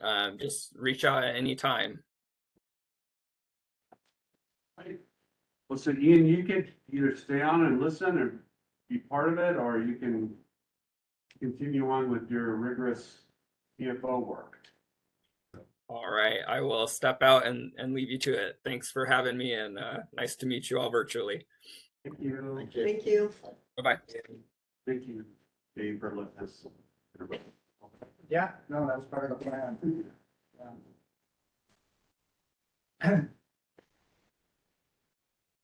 All right. We are back in action and moving to new business. 5.1, approval of CES and CR 103 for WAC 196.21. Jim, you want to remind us about this one? Sure. Got your name next to it. This is the, This was a lot of housekeeping, right? Yeah. Items for This land is, surveyor. this is the FS. Yeah. yeah, this is for the Ellis.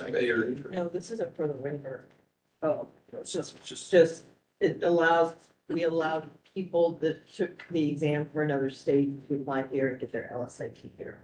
People who have passed the exam, in other states can just apply here and come and Ellis at this state. It's the LSAT check. So we need to take action on forwarding the CR 103, is that correct? Yeah, the concise explanatory statement, no one made any comments. I move we approve the CES and CR 103 for WAC 196-21. I guess. Is that Mike? Ivan? Me. One of these two. Okay, thank you for the motion and second. Is there any discussion on the motion here?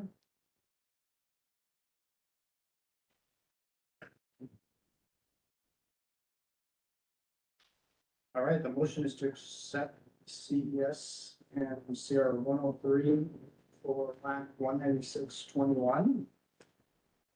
All those in favor of that motion, please say aye. Aye. Is anyone opposed? Okay.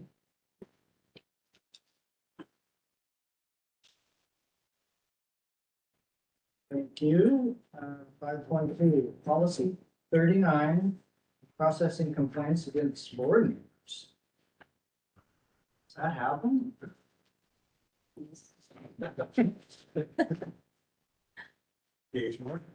All right, Ivan, your name's next to this. You mentioned this in your PC report, I guess. Did- Is this the Policy 30 revised language? Yeah.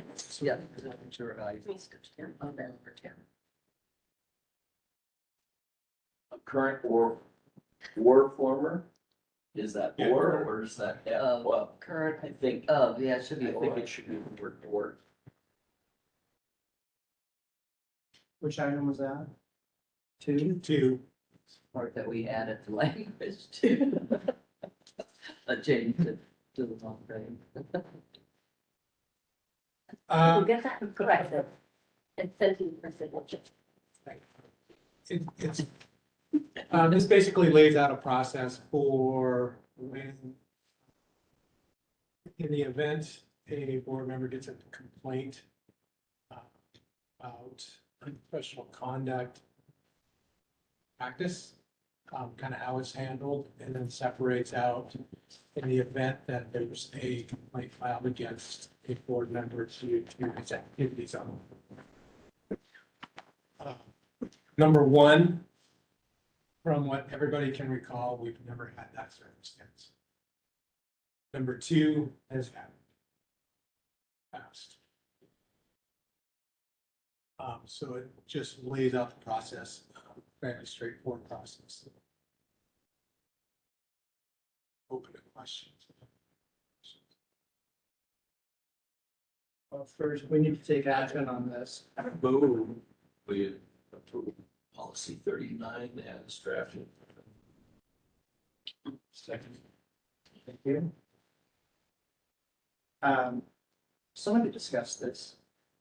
When you posed the question, well, what if you're an outgoing board member, you're not on the board anymore, but the complaint was while you were on the board?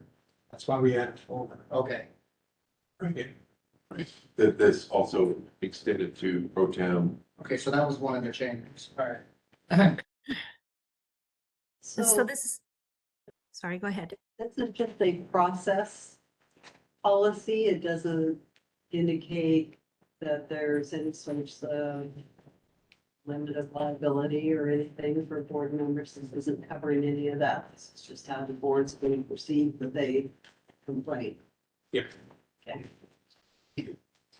Sorry, Elizabeth, you were gonna say something. Yeah, that's okay. Under 2A, I just was thinking about who should advise on that type of a complaint. I'm not sure it should be the prosecutor. I think maybe it should be the advising AAG.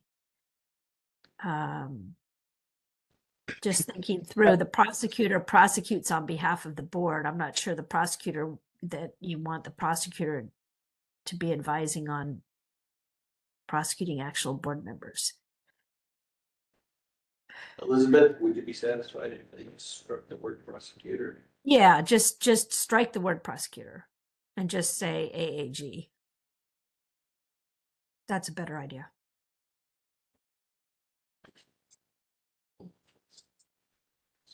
Yeah.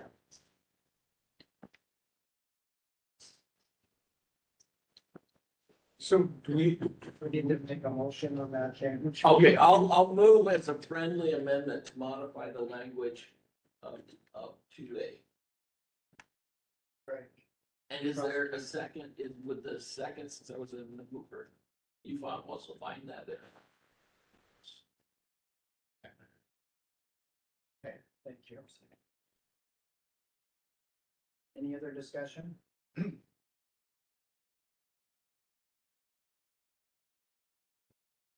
Okay, we don't need to first vote on.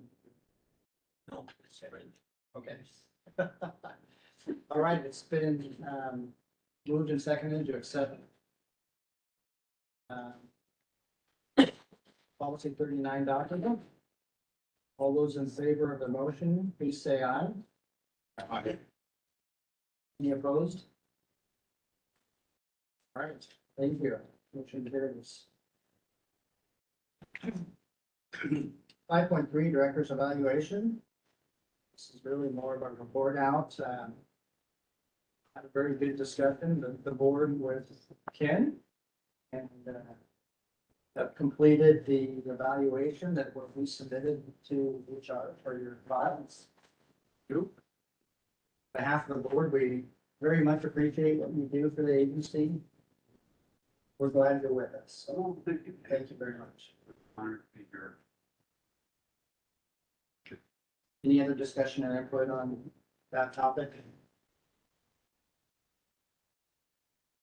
Okay. Exam policy development discussion. There really is a discussion today. If there is anything to discuss, I think it in my report from the EC, it's staff needs to spend a little more time on preparing the draft policy, which will be ready April 14th for the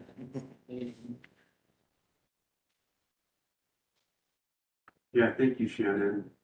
She's done a great job of working with me on this. Appreciate it. Thanks, Aaron, for kind of poking the bear on this too. So I think this is very positive. We'll make them get that thing. Okay. All right. That's all I have for new business. Director's report.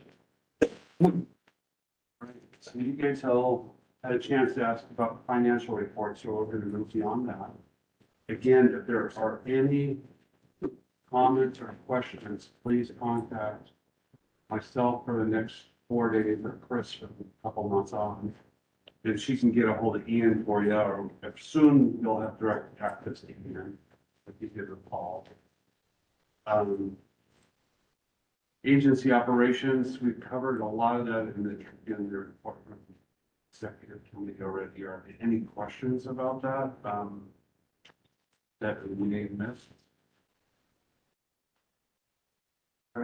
With operations, I didn't think of that as long as been discussed at the committee level. Okay. One question I do have. Yes, sir.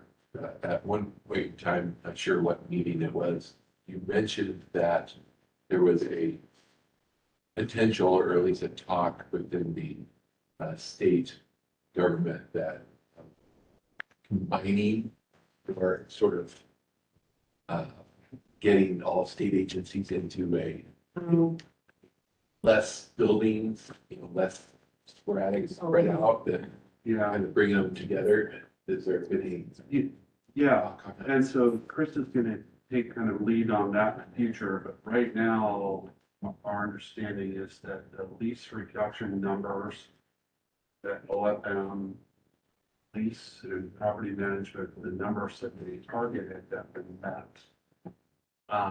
We're trying to be a little bit more proactive in case we can get moved into that. We're open some discussions up with other agency potentially of sharing space for them, things like that. Sure. And even potentially going in early, looking at some, we got our lease a year early. With the argument that we committed significant finances to that space already. And, so it seemed to be best suited for our budget. Infrastructure money. So. And our lease is at a reasonable amount, and it would be significantly higher at some of the other state buildings, so. We're just keeping an eye on what OFM's requirements are gonna be and just finding out what our options are in case we do need to make a decision. There are some concerns, maybe open with you and hear this. There are some concerns with our space now with the movement of transient population moving through space and leaving debris and drug paraphernalia and stuff from the garbage cans and sleeping along the sides of the building. And the landlords did a job to try to keep that clean. Our safety person as well as every staff member, so Emily is our safety lead. And she's got contacts with Olympia Clean Streets. Yeah, Olympia has a clean team that comes, if you call them, and come clean all that hazardous waste, or biological waste, and deal with the situations. We called parking authority, where they gave us the direct lines to dispatch. So Emily's very good, and as is the rest of the staff, at just reaching out for those services when we need them, just to make sure that our offices are welcoming to the public if they so choose to visit us. I'll just say that's very compassionate. My neck of the woods and our facilities, we use concertina wire, electric fence, Uzis and dogs. The unfortunate reality is this happens in front of Class A space too. Yes. Has there been any close calls on staff safety? I wouldn't say close calls. Like I've sat in my truck before and waited for people to vacate the area. Once they see me pull up, because it's dark, 7 in the morning, and I just sort of wait, and then they get up and leave. So we are buying a laser guided missile launch. Needed a pilot, so we thought maybe one of our hiring board members. I'm a drone pilot. There you go. I I heard it all here. Yeah, so he's gonna operate from the remote station down in southern. I've already got a jumpsuit. Have you thought about hiring like a security patrol to go Yeah. around Saratoga? Yes, it's something Chris's team has thought of too. We may work with the landlord to increase our rent a little bit and have them contract with the security patrol and that way it's a contract. As well as potentially even some additional, through the space with, concrete cleaning devices, otherwise known as pressure washers. To see if that can bring up some of the stuff that. Is the association? It is the, fire commissioners association. Good. Is the company that you're calling up, would you call it Olympia Clean? Something? Olympia, we call, in Olympia, it's the clean team. Is that- They have a team of, when I left the city, it was like 10 or 11 people. Somewhere between 8 and 11 people that's their job. They just do the downtown corridor and they clean. But it's the city of Olympia, not. Yes, it's City of Olympia. Yeah, our city won't do that. You have to have a private company. They only do the main downtown area. So we'd like to stay, yeah, good, we'd like to stay, our first choice obviously would be to stay in the space for multiple reasons. And so that's what we're looking at. Put the landlord on as well as convince our authorities above us that the state is financial. Okay. Anything else about the building, Jill, Shannon? Price. Oh, I could say one thing. Me and Emily were talking about at least once a month, trying to just do kind of a perimeter check. You know, just taking a walk outside to check the perimeter. Some of the stuff we found, it's kind of that out of sight type areas, you know, that you're not gonna really notice just coming in and out of work. It's really the hidden corners where some of this stuff has been a major issue. So just feel like spending the time to, the due diligence to just check, every once in a while, maybe monthly is helpful. Yeah. So it's just a matter of forward as you can. Yeah. There are cameras there, our vehicle's fully alarmed. Oh, yeah. So if somebody wants to be in the yeah. I think the only, oh, sorry, Jim. How's the building for space? We have enough space in there with. Well, we do with the square footage allotments that the state all of them has for. We do have enough space in there. If we were to make any changes, it would probably be reduction mode or different space and forces it.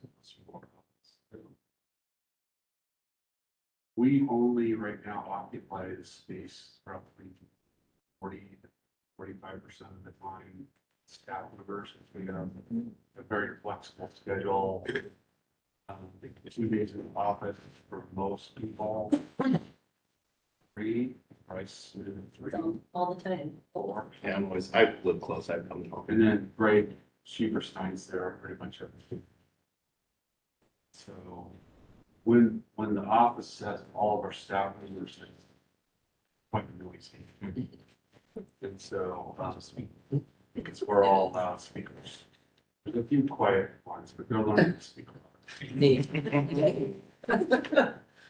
Bruce Lee. Okay. Anything other on, I just want to say that we have finished yearly expectations and evaluations for all staff. So that's a huge accomplishment, getting all that done on the proper forms for HR. And so we'll just be doing that yearly. there's only one supervisor that's laid off. Oh, I mean, yeah, it's not. So, but they're soon to be signed. So, okay, Anything else? Program reports, breakdown, communication outreach. Greg's not here, he's unfortunately ill. I don't really have much to add than what we've added, I think, technical report. Kinsey and Chris and, they'd like or something like that. On the website. Yeah, I think the big things are those events we have coming up. So LSAW, Right. we're gonna be going to APWA, their conference that they're doing. We're having a booth set up for that event. Exhibit hall. So that's gonna be really huge for us because now we're building our supply of things we need to do more of that, which is great. And is it Ivan that's joining us there? Ivan will be joining us down in Vancouver. Yeah. In April. And like Christina said, the website is moving forward a lot quicker now. Really, it's like, I think Greg would probably say, foot on the gas pedal all the way down. We've got about just a couple months before that website should be done. So they're working on it right now, building that for us. It's still being April 4th, will be the launch day. And then, of course, the journal, May, somewhere around May 21st. So if you're writing an article, the deadlines are gonna be coming up, you'll be getting emails from Greg. Of course, the logo is complete, we're slowly implementing it, changing over, letterhead and forms. So that's just happening, and of course, now we have a LinkedIn page. I think we're posting about twice a month. So please, if you are on LinkedIn, follow and repost so we can get the word out. And I think that's about it. Just continued efforts. Yeah, thank you. Jill, on the regulatory side, would you like to? No, I don't want to read Shannon, but. Oh, I'm sorry. Sorry. Regulatory, it's confusing. Like, yeah. Shannon. Okay, yeah, so we have some rulemaking going on. There's nothing really to report on that. Public records request, we only had 8 actually so far. Actually 9. Yeah, 9. And those are investigations. Actually, yeah, this time they were mostly investigation, a lot of licensing, or actually a couple licensing files, and then a presenter for LSAW wanted some stats. Okay, pretty much the same stats you guys got. So, there's our standard work process documents, desk manuals. I just don't like the word desk manual. And, so I have 2, 3, 4, 5 of those I'm working on. That's about it. Oh, and then I'll be working on the, LS exam stuff. No, Jill. So yeah, I'm working on the PDA audits. Gave reports to the practice committee and also the structural committee on the findings, what we have found.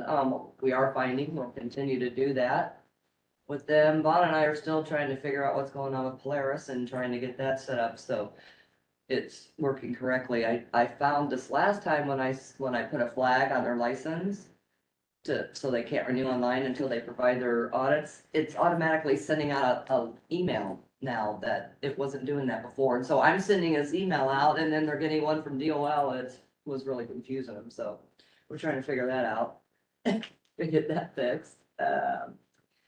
Chris and I are still working on the digital signature article. We've got a meeting coming up early next month. Talk about it, the sanctions list. It's on the board resources site, and I'm still working on getting it updated with current ones.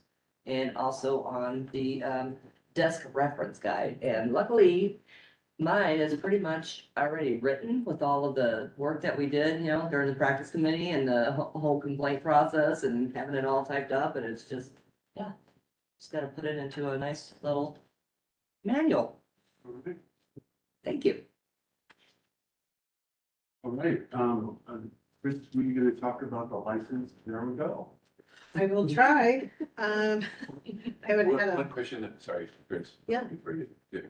One question I have, under the, current items, it says, audits will be conducted for 6 months, and the results Oh. brought back. Well, yeah, kind of changed. That's what we had originally said when we first started that project, Those are so. just gonna be ongoing. Yeah, now it's gonna be ongoing after we discussed that yesterday. Okay, so Lana very kindly provided, some information about applications received. So you can see, from November of end of November 23 to, last week, EIT, 187 applications, LSIT 11. PEs 425, SE 36, PLS 18. Then you have the on-site designers for 5 for the inspector and then 34 for corporations and LLCs. So that's just applications received. And then the next slide, these are licensed or licenses issued. So you can see that number. I do have a question on that, if I may. Of course. The October, November depression, was this a software issue, a testing issue, something that shut those way down? On the licenses issued, Yes. for November, There's the hump Yeah. yeah, If I may, I'm looking at this. I mean, there are periods of different length, but that's still really low relative to that time. Yeah, it could have something to do, I mean, the numbers are lower, but it could have something to do with the time of year. So the last pencil and paper exam for structural, and then we're waiting for the results, and then we're issuing those licenses. So you see the little bit of a higher jump. For the PEs specifically, other than structural, I don't really have a great estimate for that. It might be just the time of year. I know a lot of companies. I don't remember anything particularly happening. No, and that could be a typo. Yeah. You could have forgot a 0. Yeah, That's what I'm thinking. I think you might have got, I've got PEs. Yeah. Is that 23? Yeah, that's 230. Yeah. There was a drop year before, kind of the same duration, not as significant. Something small. Maybe everybody's getting ready for Christmas.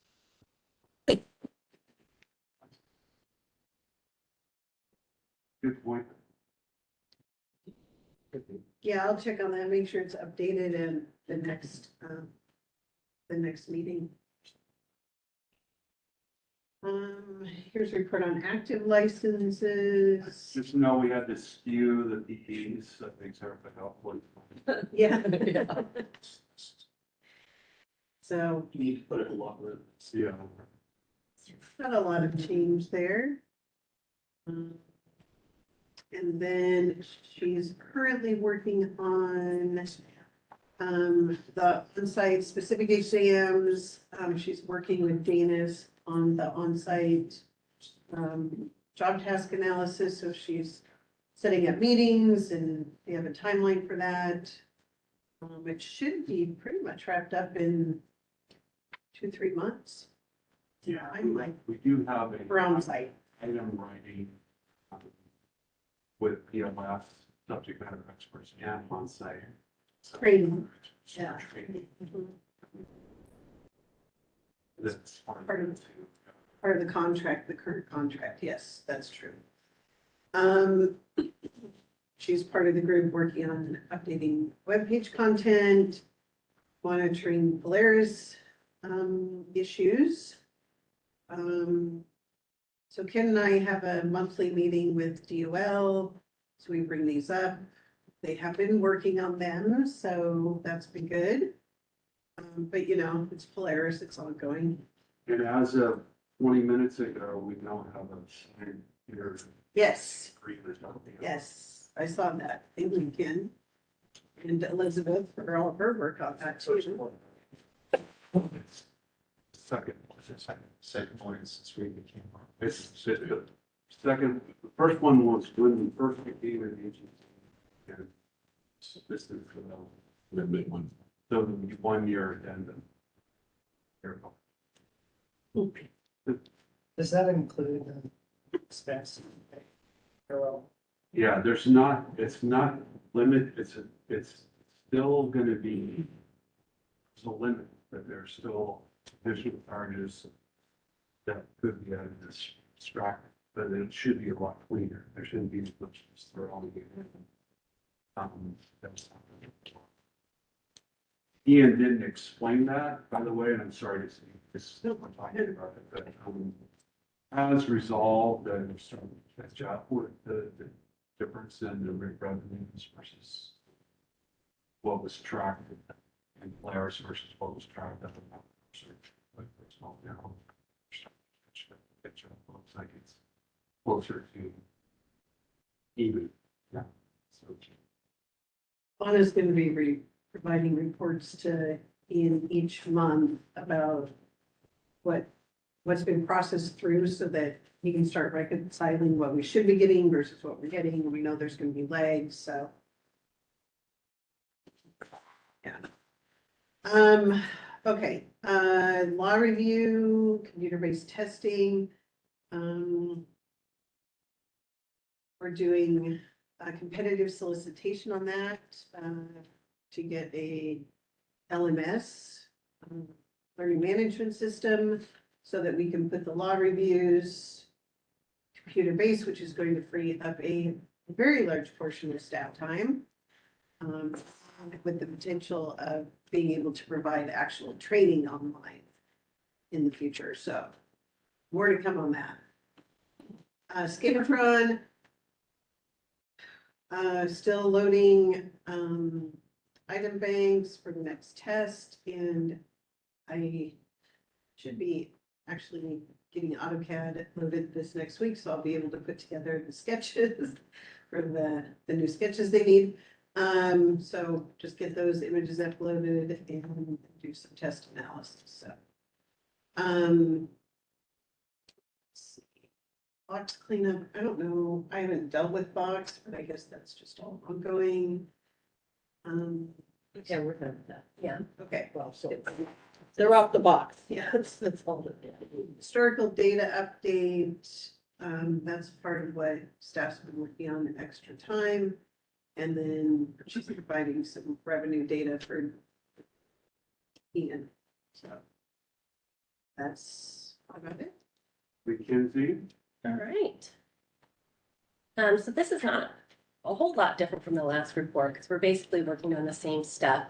I noticed Jill and Shannon had their desk manuals on their reports. So next time I'll get the desk manuals on mine too. And the desk manuals that we're working on is board clerk desk manual, which Elizabeth has built a really good portion of that already. So it might just be, re-reviewing that. The executive assistance manual, which the state has a beautiful manual for me already that I use, but needs to be pared down to what we do in our agency. So we've got that one, as well as an administrative assistant desk manual. So kind of what Bryce's position does. So we're working on those together. A lot of the work on my desk manual is mostly done. So mine is really just compiling and carrying it down. Reporting on the growth of the agency and hiring and succession planning. You've heard a little bit about that from Ken and Chris so far. Christina and I are attending a leading organizations training. And we are actually coming up to our final training session first week, beginning of next month. So we have done a lot of work on that. Greg's helped us with our final product that we're presenting in front of our whole training group. It's like a TED Talk style video to agency leaders or really just leaders, supervisors on how to help build a resilient workforce. So that's what Chris and I have been working on. Vaughn is attending a large series of project management trainings as well.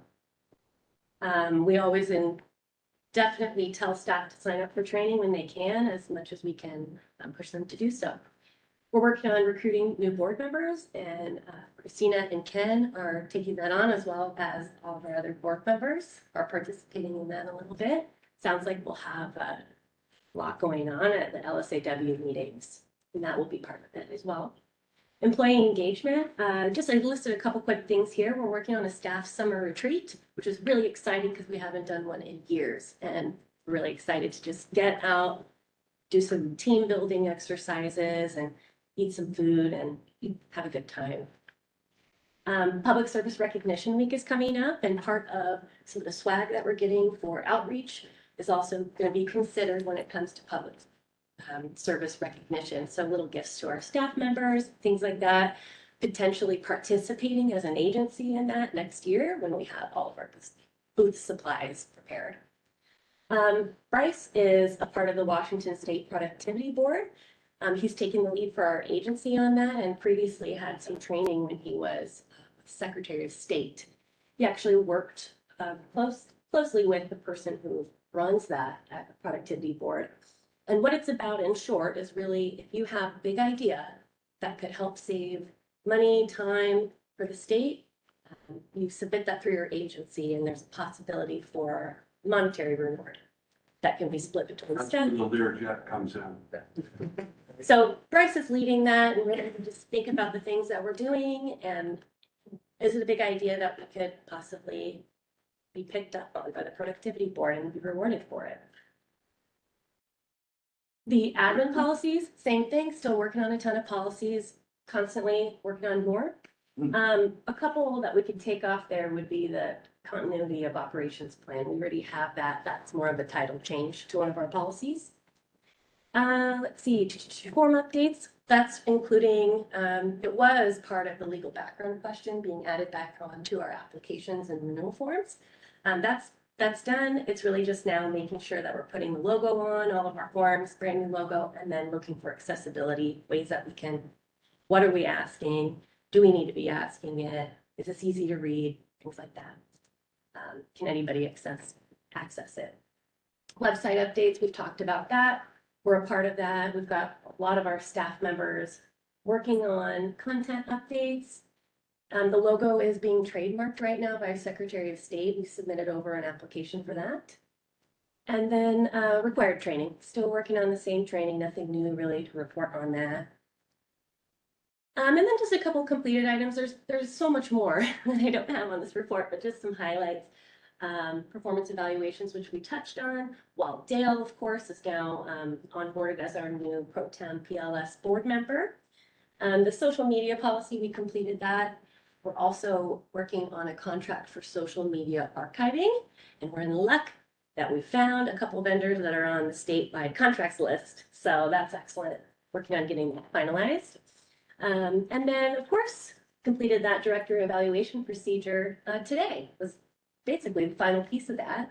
So yeah, those are my completed items. And then so audit, and to explain what the audit is, it's not going to be a financial audit. It's actually policies, procedures, the authority audit.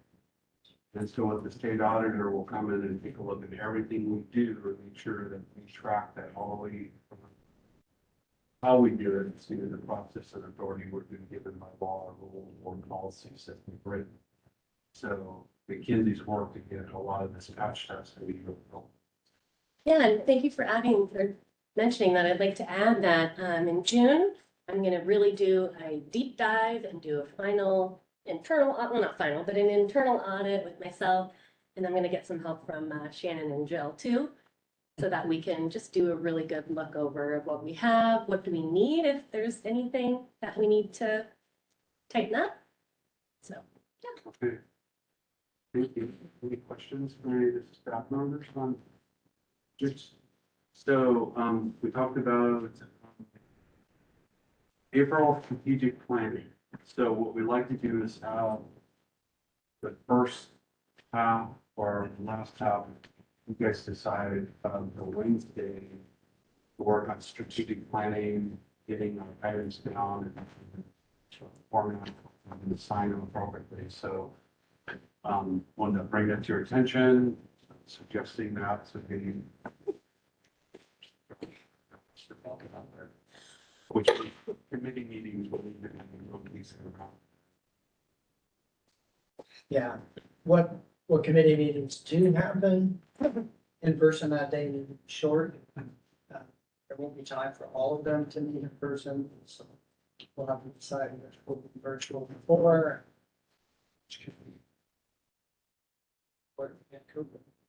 Yeah, which ones would be. We figure it would take half a day to. Basically, we're revisiting now that things have been boiled down, all the brainstorming, strategic planning items that we came up with. Staff has assembled that, made order of it, and then also we're assigning, estimating resources required to accomplish these. And that's really good information for us to be able to prioritize, say, wow, this one's gonna take that much in resources, maybe we need to defer that, work on this instead, that sort of. Right? So that's the list that Mackenzie had in the packet, like last time or something. Okay. And can we get that ahead of the meeting? Yeah. So we can think about it a little bit before we come. Sure, yeah, Shannon and I, when we add a little bit more onto it, we'll send that out to everybody. Some good news that I just found out too. Yesterday, I got a word from Alabama Senate Transportation Committee supplemental budget as a line item, several line items that allow, that's basically awarding the University of Washington $1.5 million to help in working in transportation specific infrastructure students, land surveyors, engineers. And part of that is an $81,000 set aside for a study on the needs in Washington State. And so I just communicated with one of our friends, a professor up there that runs, now the director of the Transportation Center, Dr. Wayne. And he's going to partner with me and whoever else on the board move this survey together. And so, which is going to be pretty cool. It really, I think, fits right in with the vision of outreach and education. And so I need to maybe a board member that might be interested in working with this on it. So I don't know if you guys know anybody, a couple that, maybe the two right here, that Mike and Marjorie, that kind of might be good ones to be on a task force. Or we just voluntold some. Yeah. Have to look at all the other little volunteer things. So Been volunteers. yeah. If anybody else, Aaron, obviously, Doug, I and Jim, interested in being engaged with. I've already asked Jim to be working with me on another initiative we're trying to look at, which might be rolled into this, is maybe using workforce monies to be able to support internships or apprenticeship programs, land surveying. Chris and I got. So we pitched that. I'm not sure how it is someone or considered on the side too. And so that might come out with more of a technician on the ground role. Certainly input channel for licensed or surveyors. It's just all an idea, but it's, I think of course, it all has to happen after April 14th, before April 14th. Yeah. So does he have some background material that says there's a problem? This is, If they're saying, hey, we have to study workforce and increasing.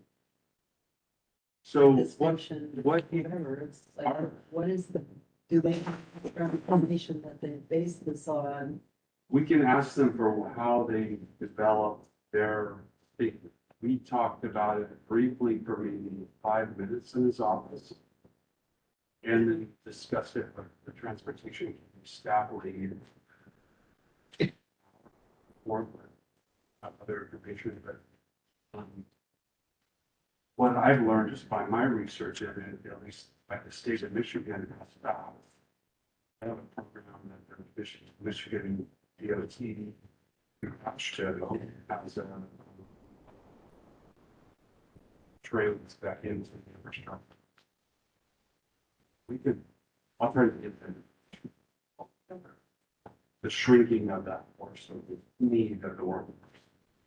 Yeah, I mean, that seems like that's the starting point. You know, we talk a lot about the need for younger surveyors entering the profession. I don't know whether engineering, transportation engineers particularly are dropping off.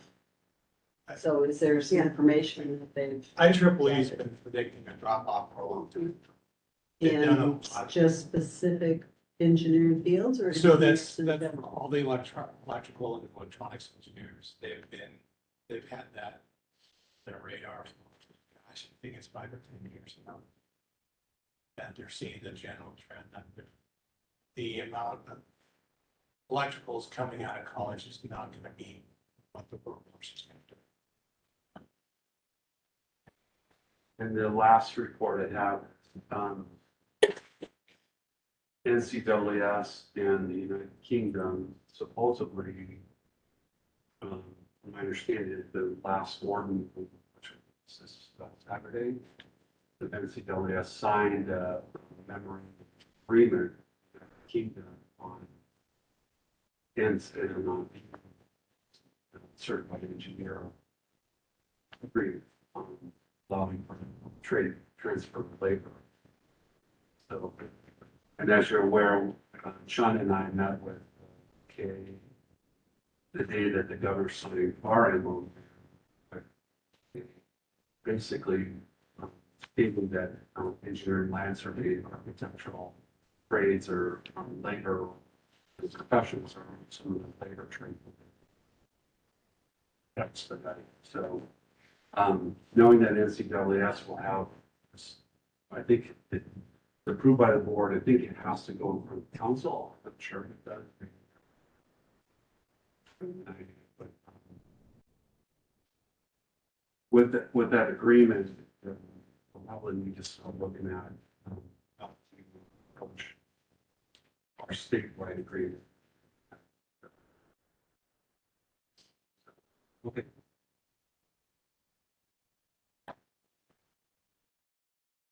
Any questions for Ken? Thank you, Ken.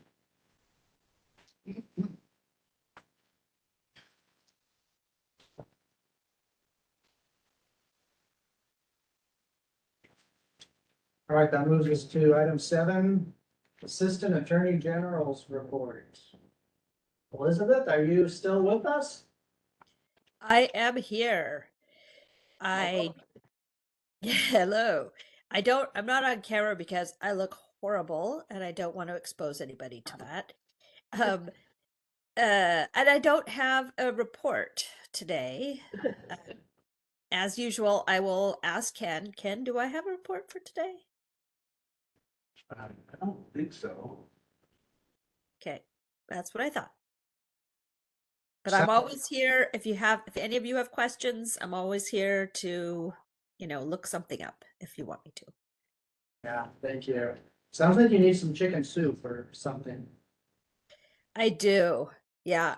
All week I've been thinking tomorrow's going to be better, but it I hope has. you get feeling better soon. Thank you. Thanks for joining us today. Yep. Thank you. Do we have public on present anymore? Just Elizabeth only. Okay. So that means we can move to 8.2, upcoming outreach and events. This is where we identify our next board meeting date. I would, although I note that the board webpage does identify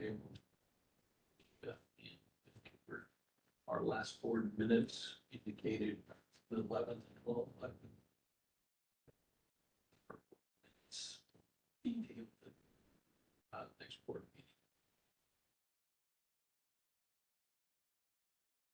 Yeah, not move, but no, the board minutes. That would be board action. Correct. So it is the 24th. Yes.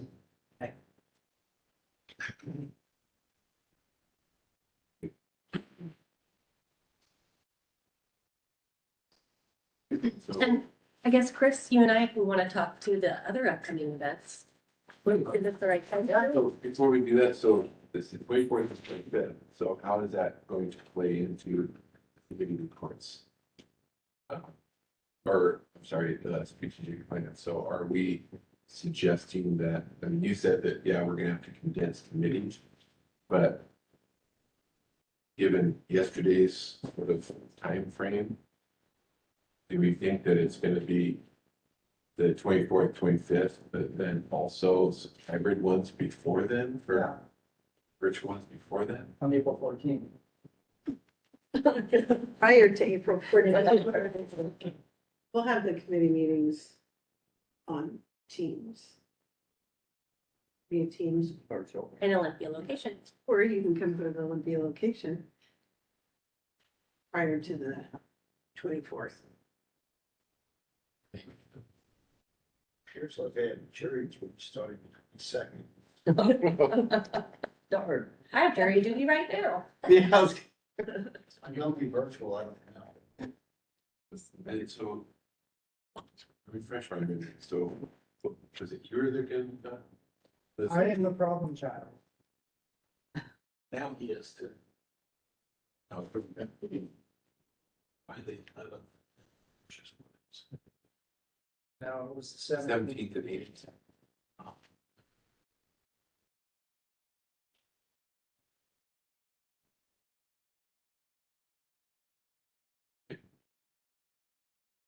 I just, You good? I think so. I thought we worked through it and everybody, Yeah. it was agreeable to. So, please, committee chairs, work with staff to figure out this time for committee meetings. Okay, other events. Yeah, so you and I can both talk to this. We've got a couple coming up. Yeah, so next week we have the Land Surveyors Association Annual Conference. So myself, Jill, of course, Aaron and Jim will be there. And we have 3 presentations. One of them is the board update, which I just finished that presentation and Greg very nicely cleaned it up for me. And then I have one almost done you guys will look at and one more to finish putting together. So yeah. We'll be very busy at the conference. I'm looking forward to it. It's going to have high attendance this year. So lots of people to approach to be beta testers and board members. So those are our main goals at the conference, besides maybe getting our continuing education credits. Yeah, so that's next week. And then in the middle of March, Jill and I are going over to Spokane. We're gonna meet with Walt Dale, the county auditor over there, and then also do a presentation at the local LSAW chapter. And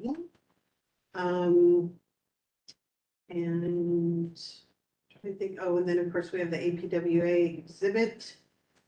Will be in the exhibit hall.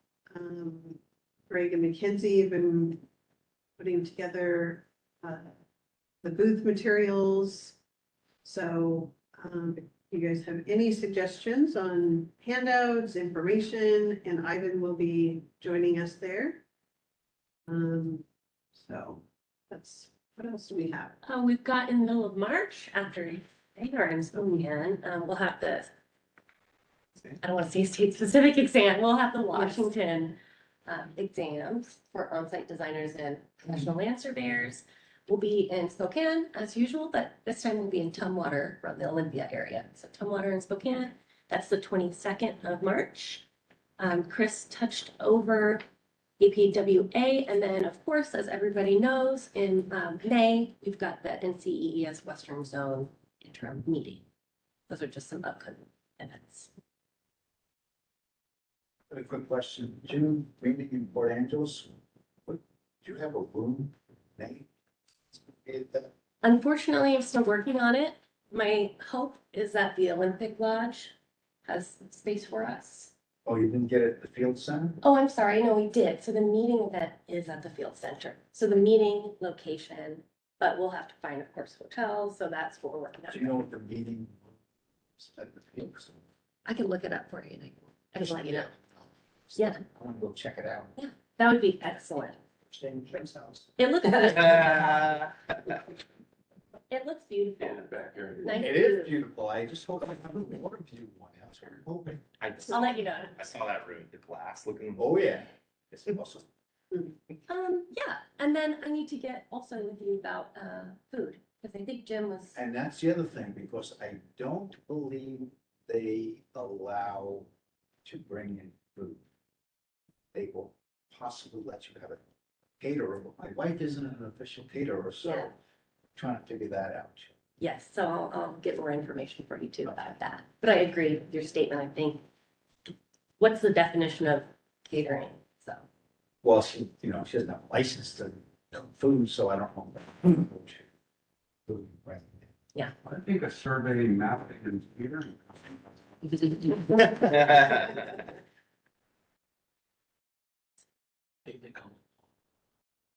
Have some survey, the questions are how to the food expert. There you go. So on March 21st and 22nd, Jim and myself will be at the exam development for the plan survey system exam module. So we can rebuild South Carolina. Did we set reports on NCWS? Yeah, that's coming up. Oh, that's good. The next item. Thank you, Erin. That's kind of lumping E2 and E3 together. It's events and enrollment, Oh, that's what staff. board staff and. Okay, didn't realize that meant NCWS. Well, I don't know, I was just jumping on it because I didn't want it to go to the section, action items. So that's March 21st and 22nd. Also have March 21st came up through public comment that the Western Zone Leadership Development session, next one is at 1 o'clock on March 21st. So all the board members and staff can plug in there. Those have been very well received and attended. And then I'm not sure if everybody, it's just a question, make sure everybody has their travel arrangements for the Western Zone meeting. Some people are still have yet taken travel. Okay, yeah, I believe everybody, so if you're funded, make sure you register. The individuals that we're funding are registered, and we're working on flights in the hotel, which I'm gonna be booking basically right in the morning on Monday. I have a little bit of a worry about that hotel filling up pretty fast.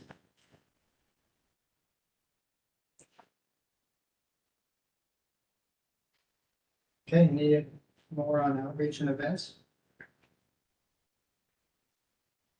I was asked to talk to your students.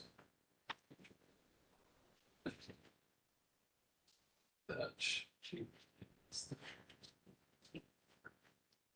Someone actually asked the work.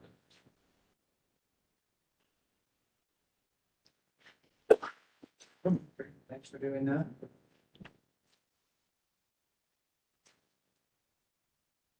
Okay, now let's move on to 8.3. We came up with a catchy new name. So it doesn't just mean NCAAS, it's maybe, well, SAWs or who knows? So it's an opportunity. There's no set agenda here. We don't know who's reporting. It's just if we feel we have something we want to report, board or staff that's involved in some sort of affiliate, now's the time to bring it to the board. I have a report for the EPE committee and NCWS. Full page or I will condense. I went to, so I'm now on the EPE committee because I've been really pushing to be on the cuts floor for the structural exam. And so they put me on the EPE committee, which is fine now, I realize, because you actually help set the score instead of just being the test takers, which I need to do. And so on the EPE, they have an annual meeting for 2 days in early February, and they have charges that they're working on for the annual meeting. I'll review those with you in April, because you'll be looking at them at the Western Zone meeting. Then the interesting thing about this committee is that they have the heads of exam development committees for all 17 exams, engineering exams, not the survey. And each committee lead reported on their number of test takers and the chart for the last 4 years, what the cut scores were, what the passing rates were, and any issues they had with getting pre-test questions approved, and how big their item bank is, and what they're doing to help develop more questions and change things. So that was actually quite interesting to hear about all of the different exams. And one of the things that I looked at specifically was my whole concern about decoupling and the fact that when you have people taking the exam early, maybe to just get used to taking exams, maybe they don't have practice. Is that going to mean more people are failing exams because they're not really prepared? And so it's difficult to track yet because so many of the exams are just starting out in their CBT development. And the structural, of course, hasn't given it yet.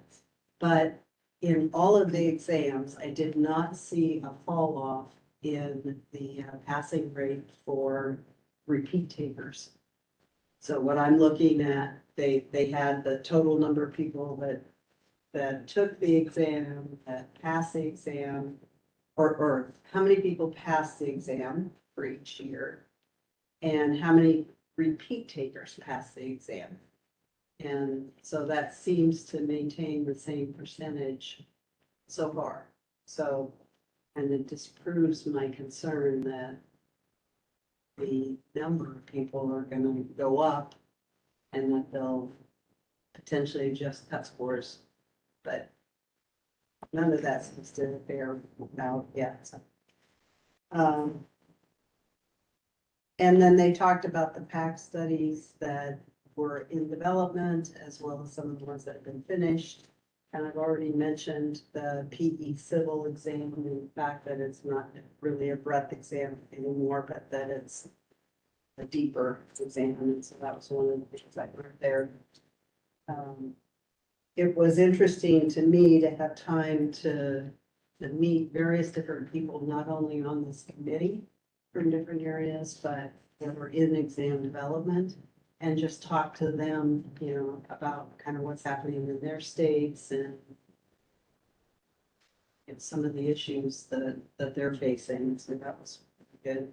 And then I pushed really hard to get on the cut score for the depth portions of the structural exam, which I think last time I reported that they were kind of not wanting me to do it because they want to continue to train new people.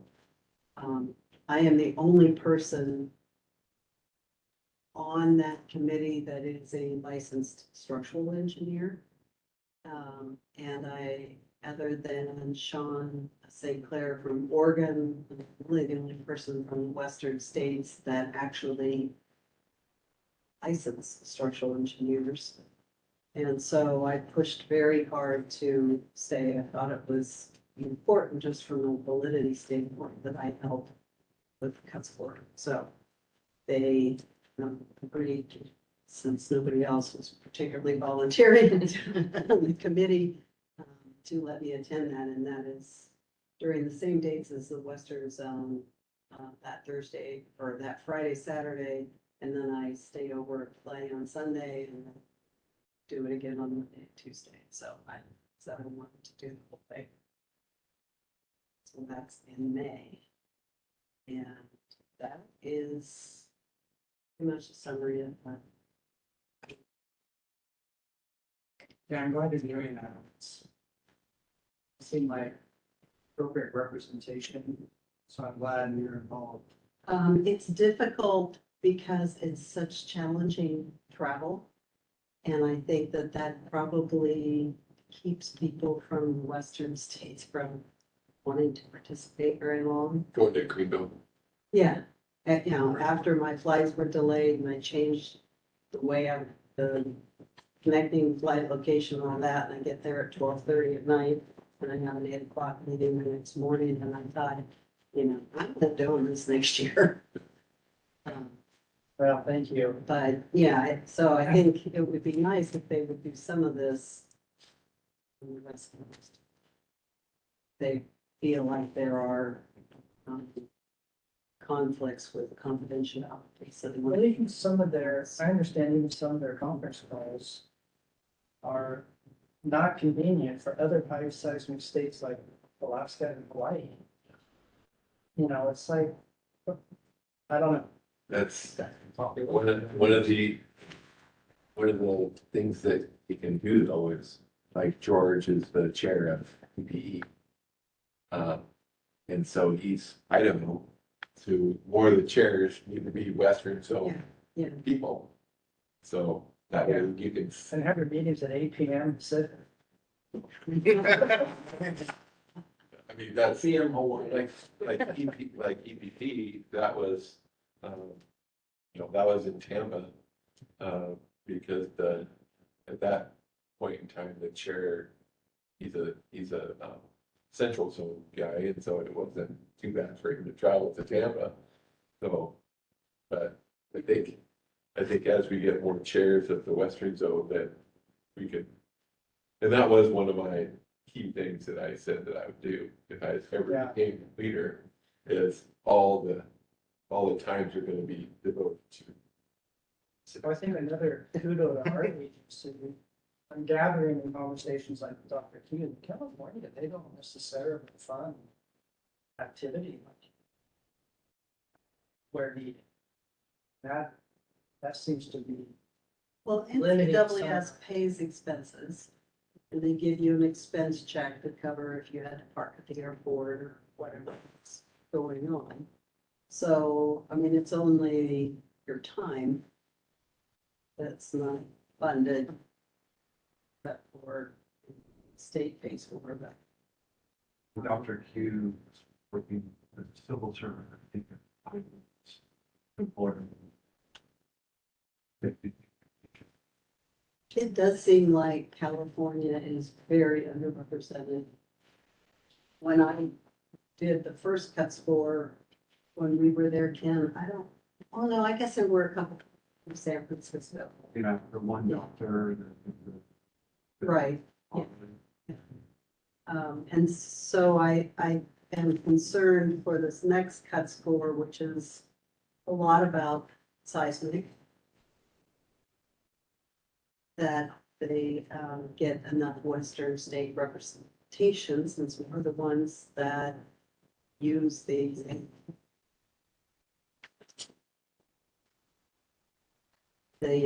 exam development lead from Detroit. She also is very concerned about getting the right number of licensees to help. And I noticed in the email that went to Ken, I don't know if you forwarded it to everybody, but they are looking for more volunteers to just, you know, sit for the exam, take the exam. And they said SEs for PE structurals, and I don't agree with having PE structurals take it, because then they would never be able to actually sit for the exam. And I don't know that they're a valid resource for it. So they really need more Western state people when I was there, they said, oh, we've got a lot of people, we just need bridge people. Really, bridge engineers, they're certainly needed. Okay, thank you. Any other reports? I travel. I had a 1-day sports meeting. Have a go. Yes. Each fall closed activities for engineering licensure. Developmental will be licensing. The council. Yes. And it will deal with what are essentially the educational criteria associated. So the objective of that is to find ways to broaden the scope of who can be licensed as an engineer. Kind of like we have take a little more experience for someone out of Central Washington, Tech, right? So that type of approach. So it's building blocks. And one of the objectives also is to move some aspects of certifications and continuing it into pre-licensure as some of the steps that could aid application for examination. So that's what that's headed toward. I'm also since that's President was asked for committee chair positions. Super let's go.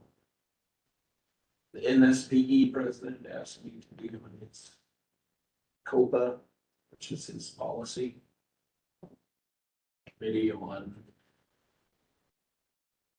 basically all their policies for the National Society of Professional Engineers. And what I call it's policies and advocacy, right? Policies and advocacy, you know. So we're going through all NSPE policies, rewriting or reaffirming or something. And I am using that correlation with also the guesswork to streamline, coordinate activities associated with education, licensure experience. That's that meeting with the NSPE president sharing his the president-elect chairs that meeting every third Thursday.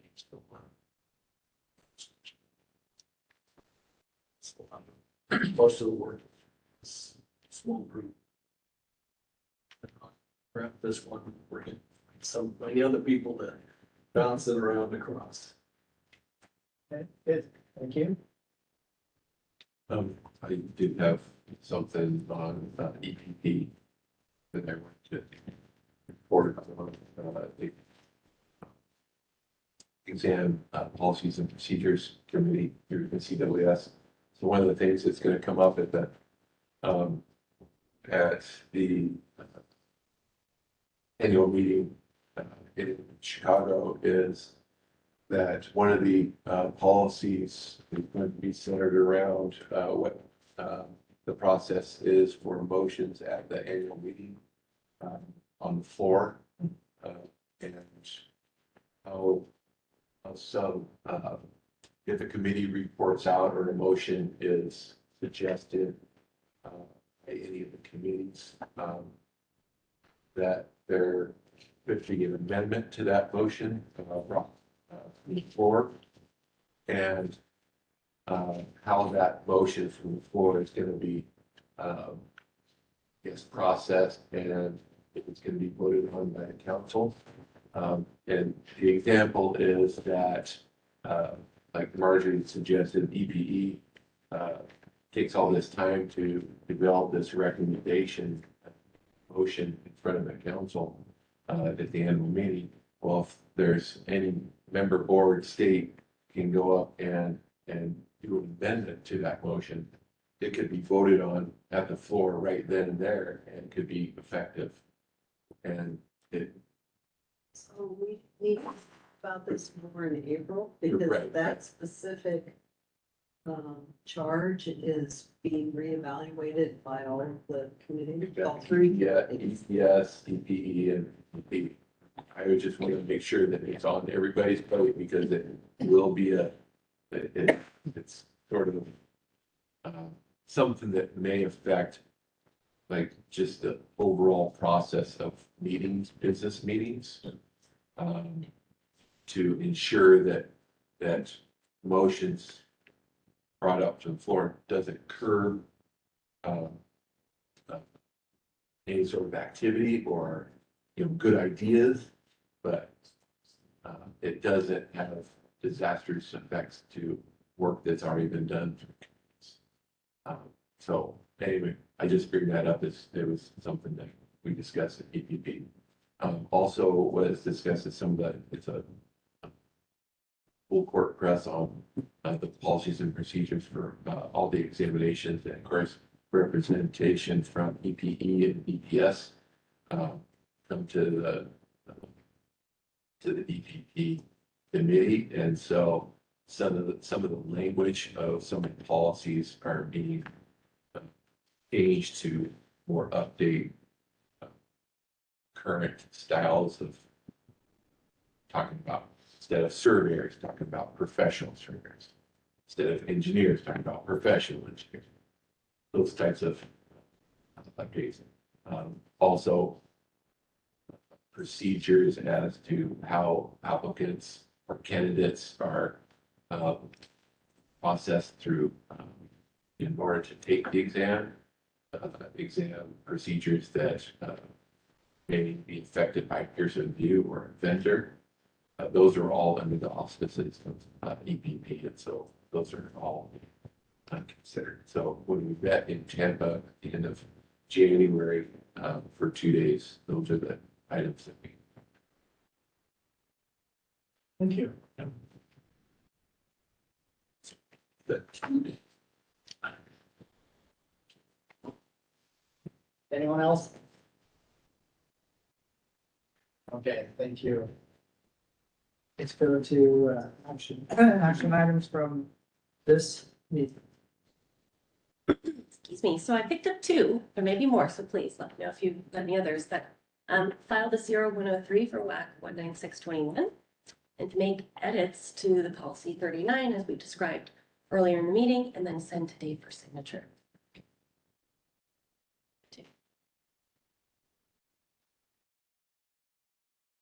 Yeah, I guess the rest of all your committees. Committees, exactly. Yeah, there's a lot more. We have tons of action items in committees. Okay, we want to take on another action item. All right. Agenda items for next meeting. More than two there. And if anybody has any language they'd like to recommend, I've got NCEES Western Zone meeting action items. Yeah. Which encompasses a lot there. Exam policy, we'll have that ready for the April board meeting. And then we're going to be doing a strategic planning meeting as well. Yeah. Did anybody capture any others?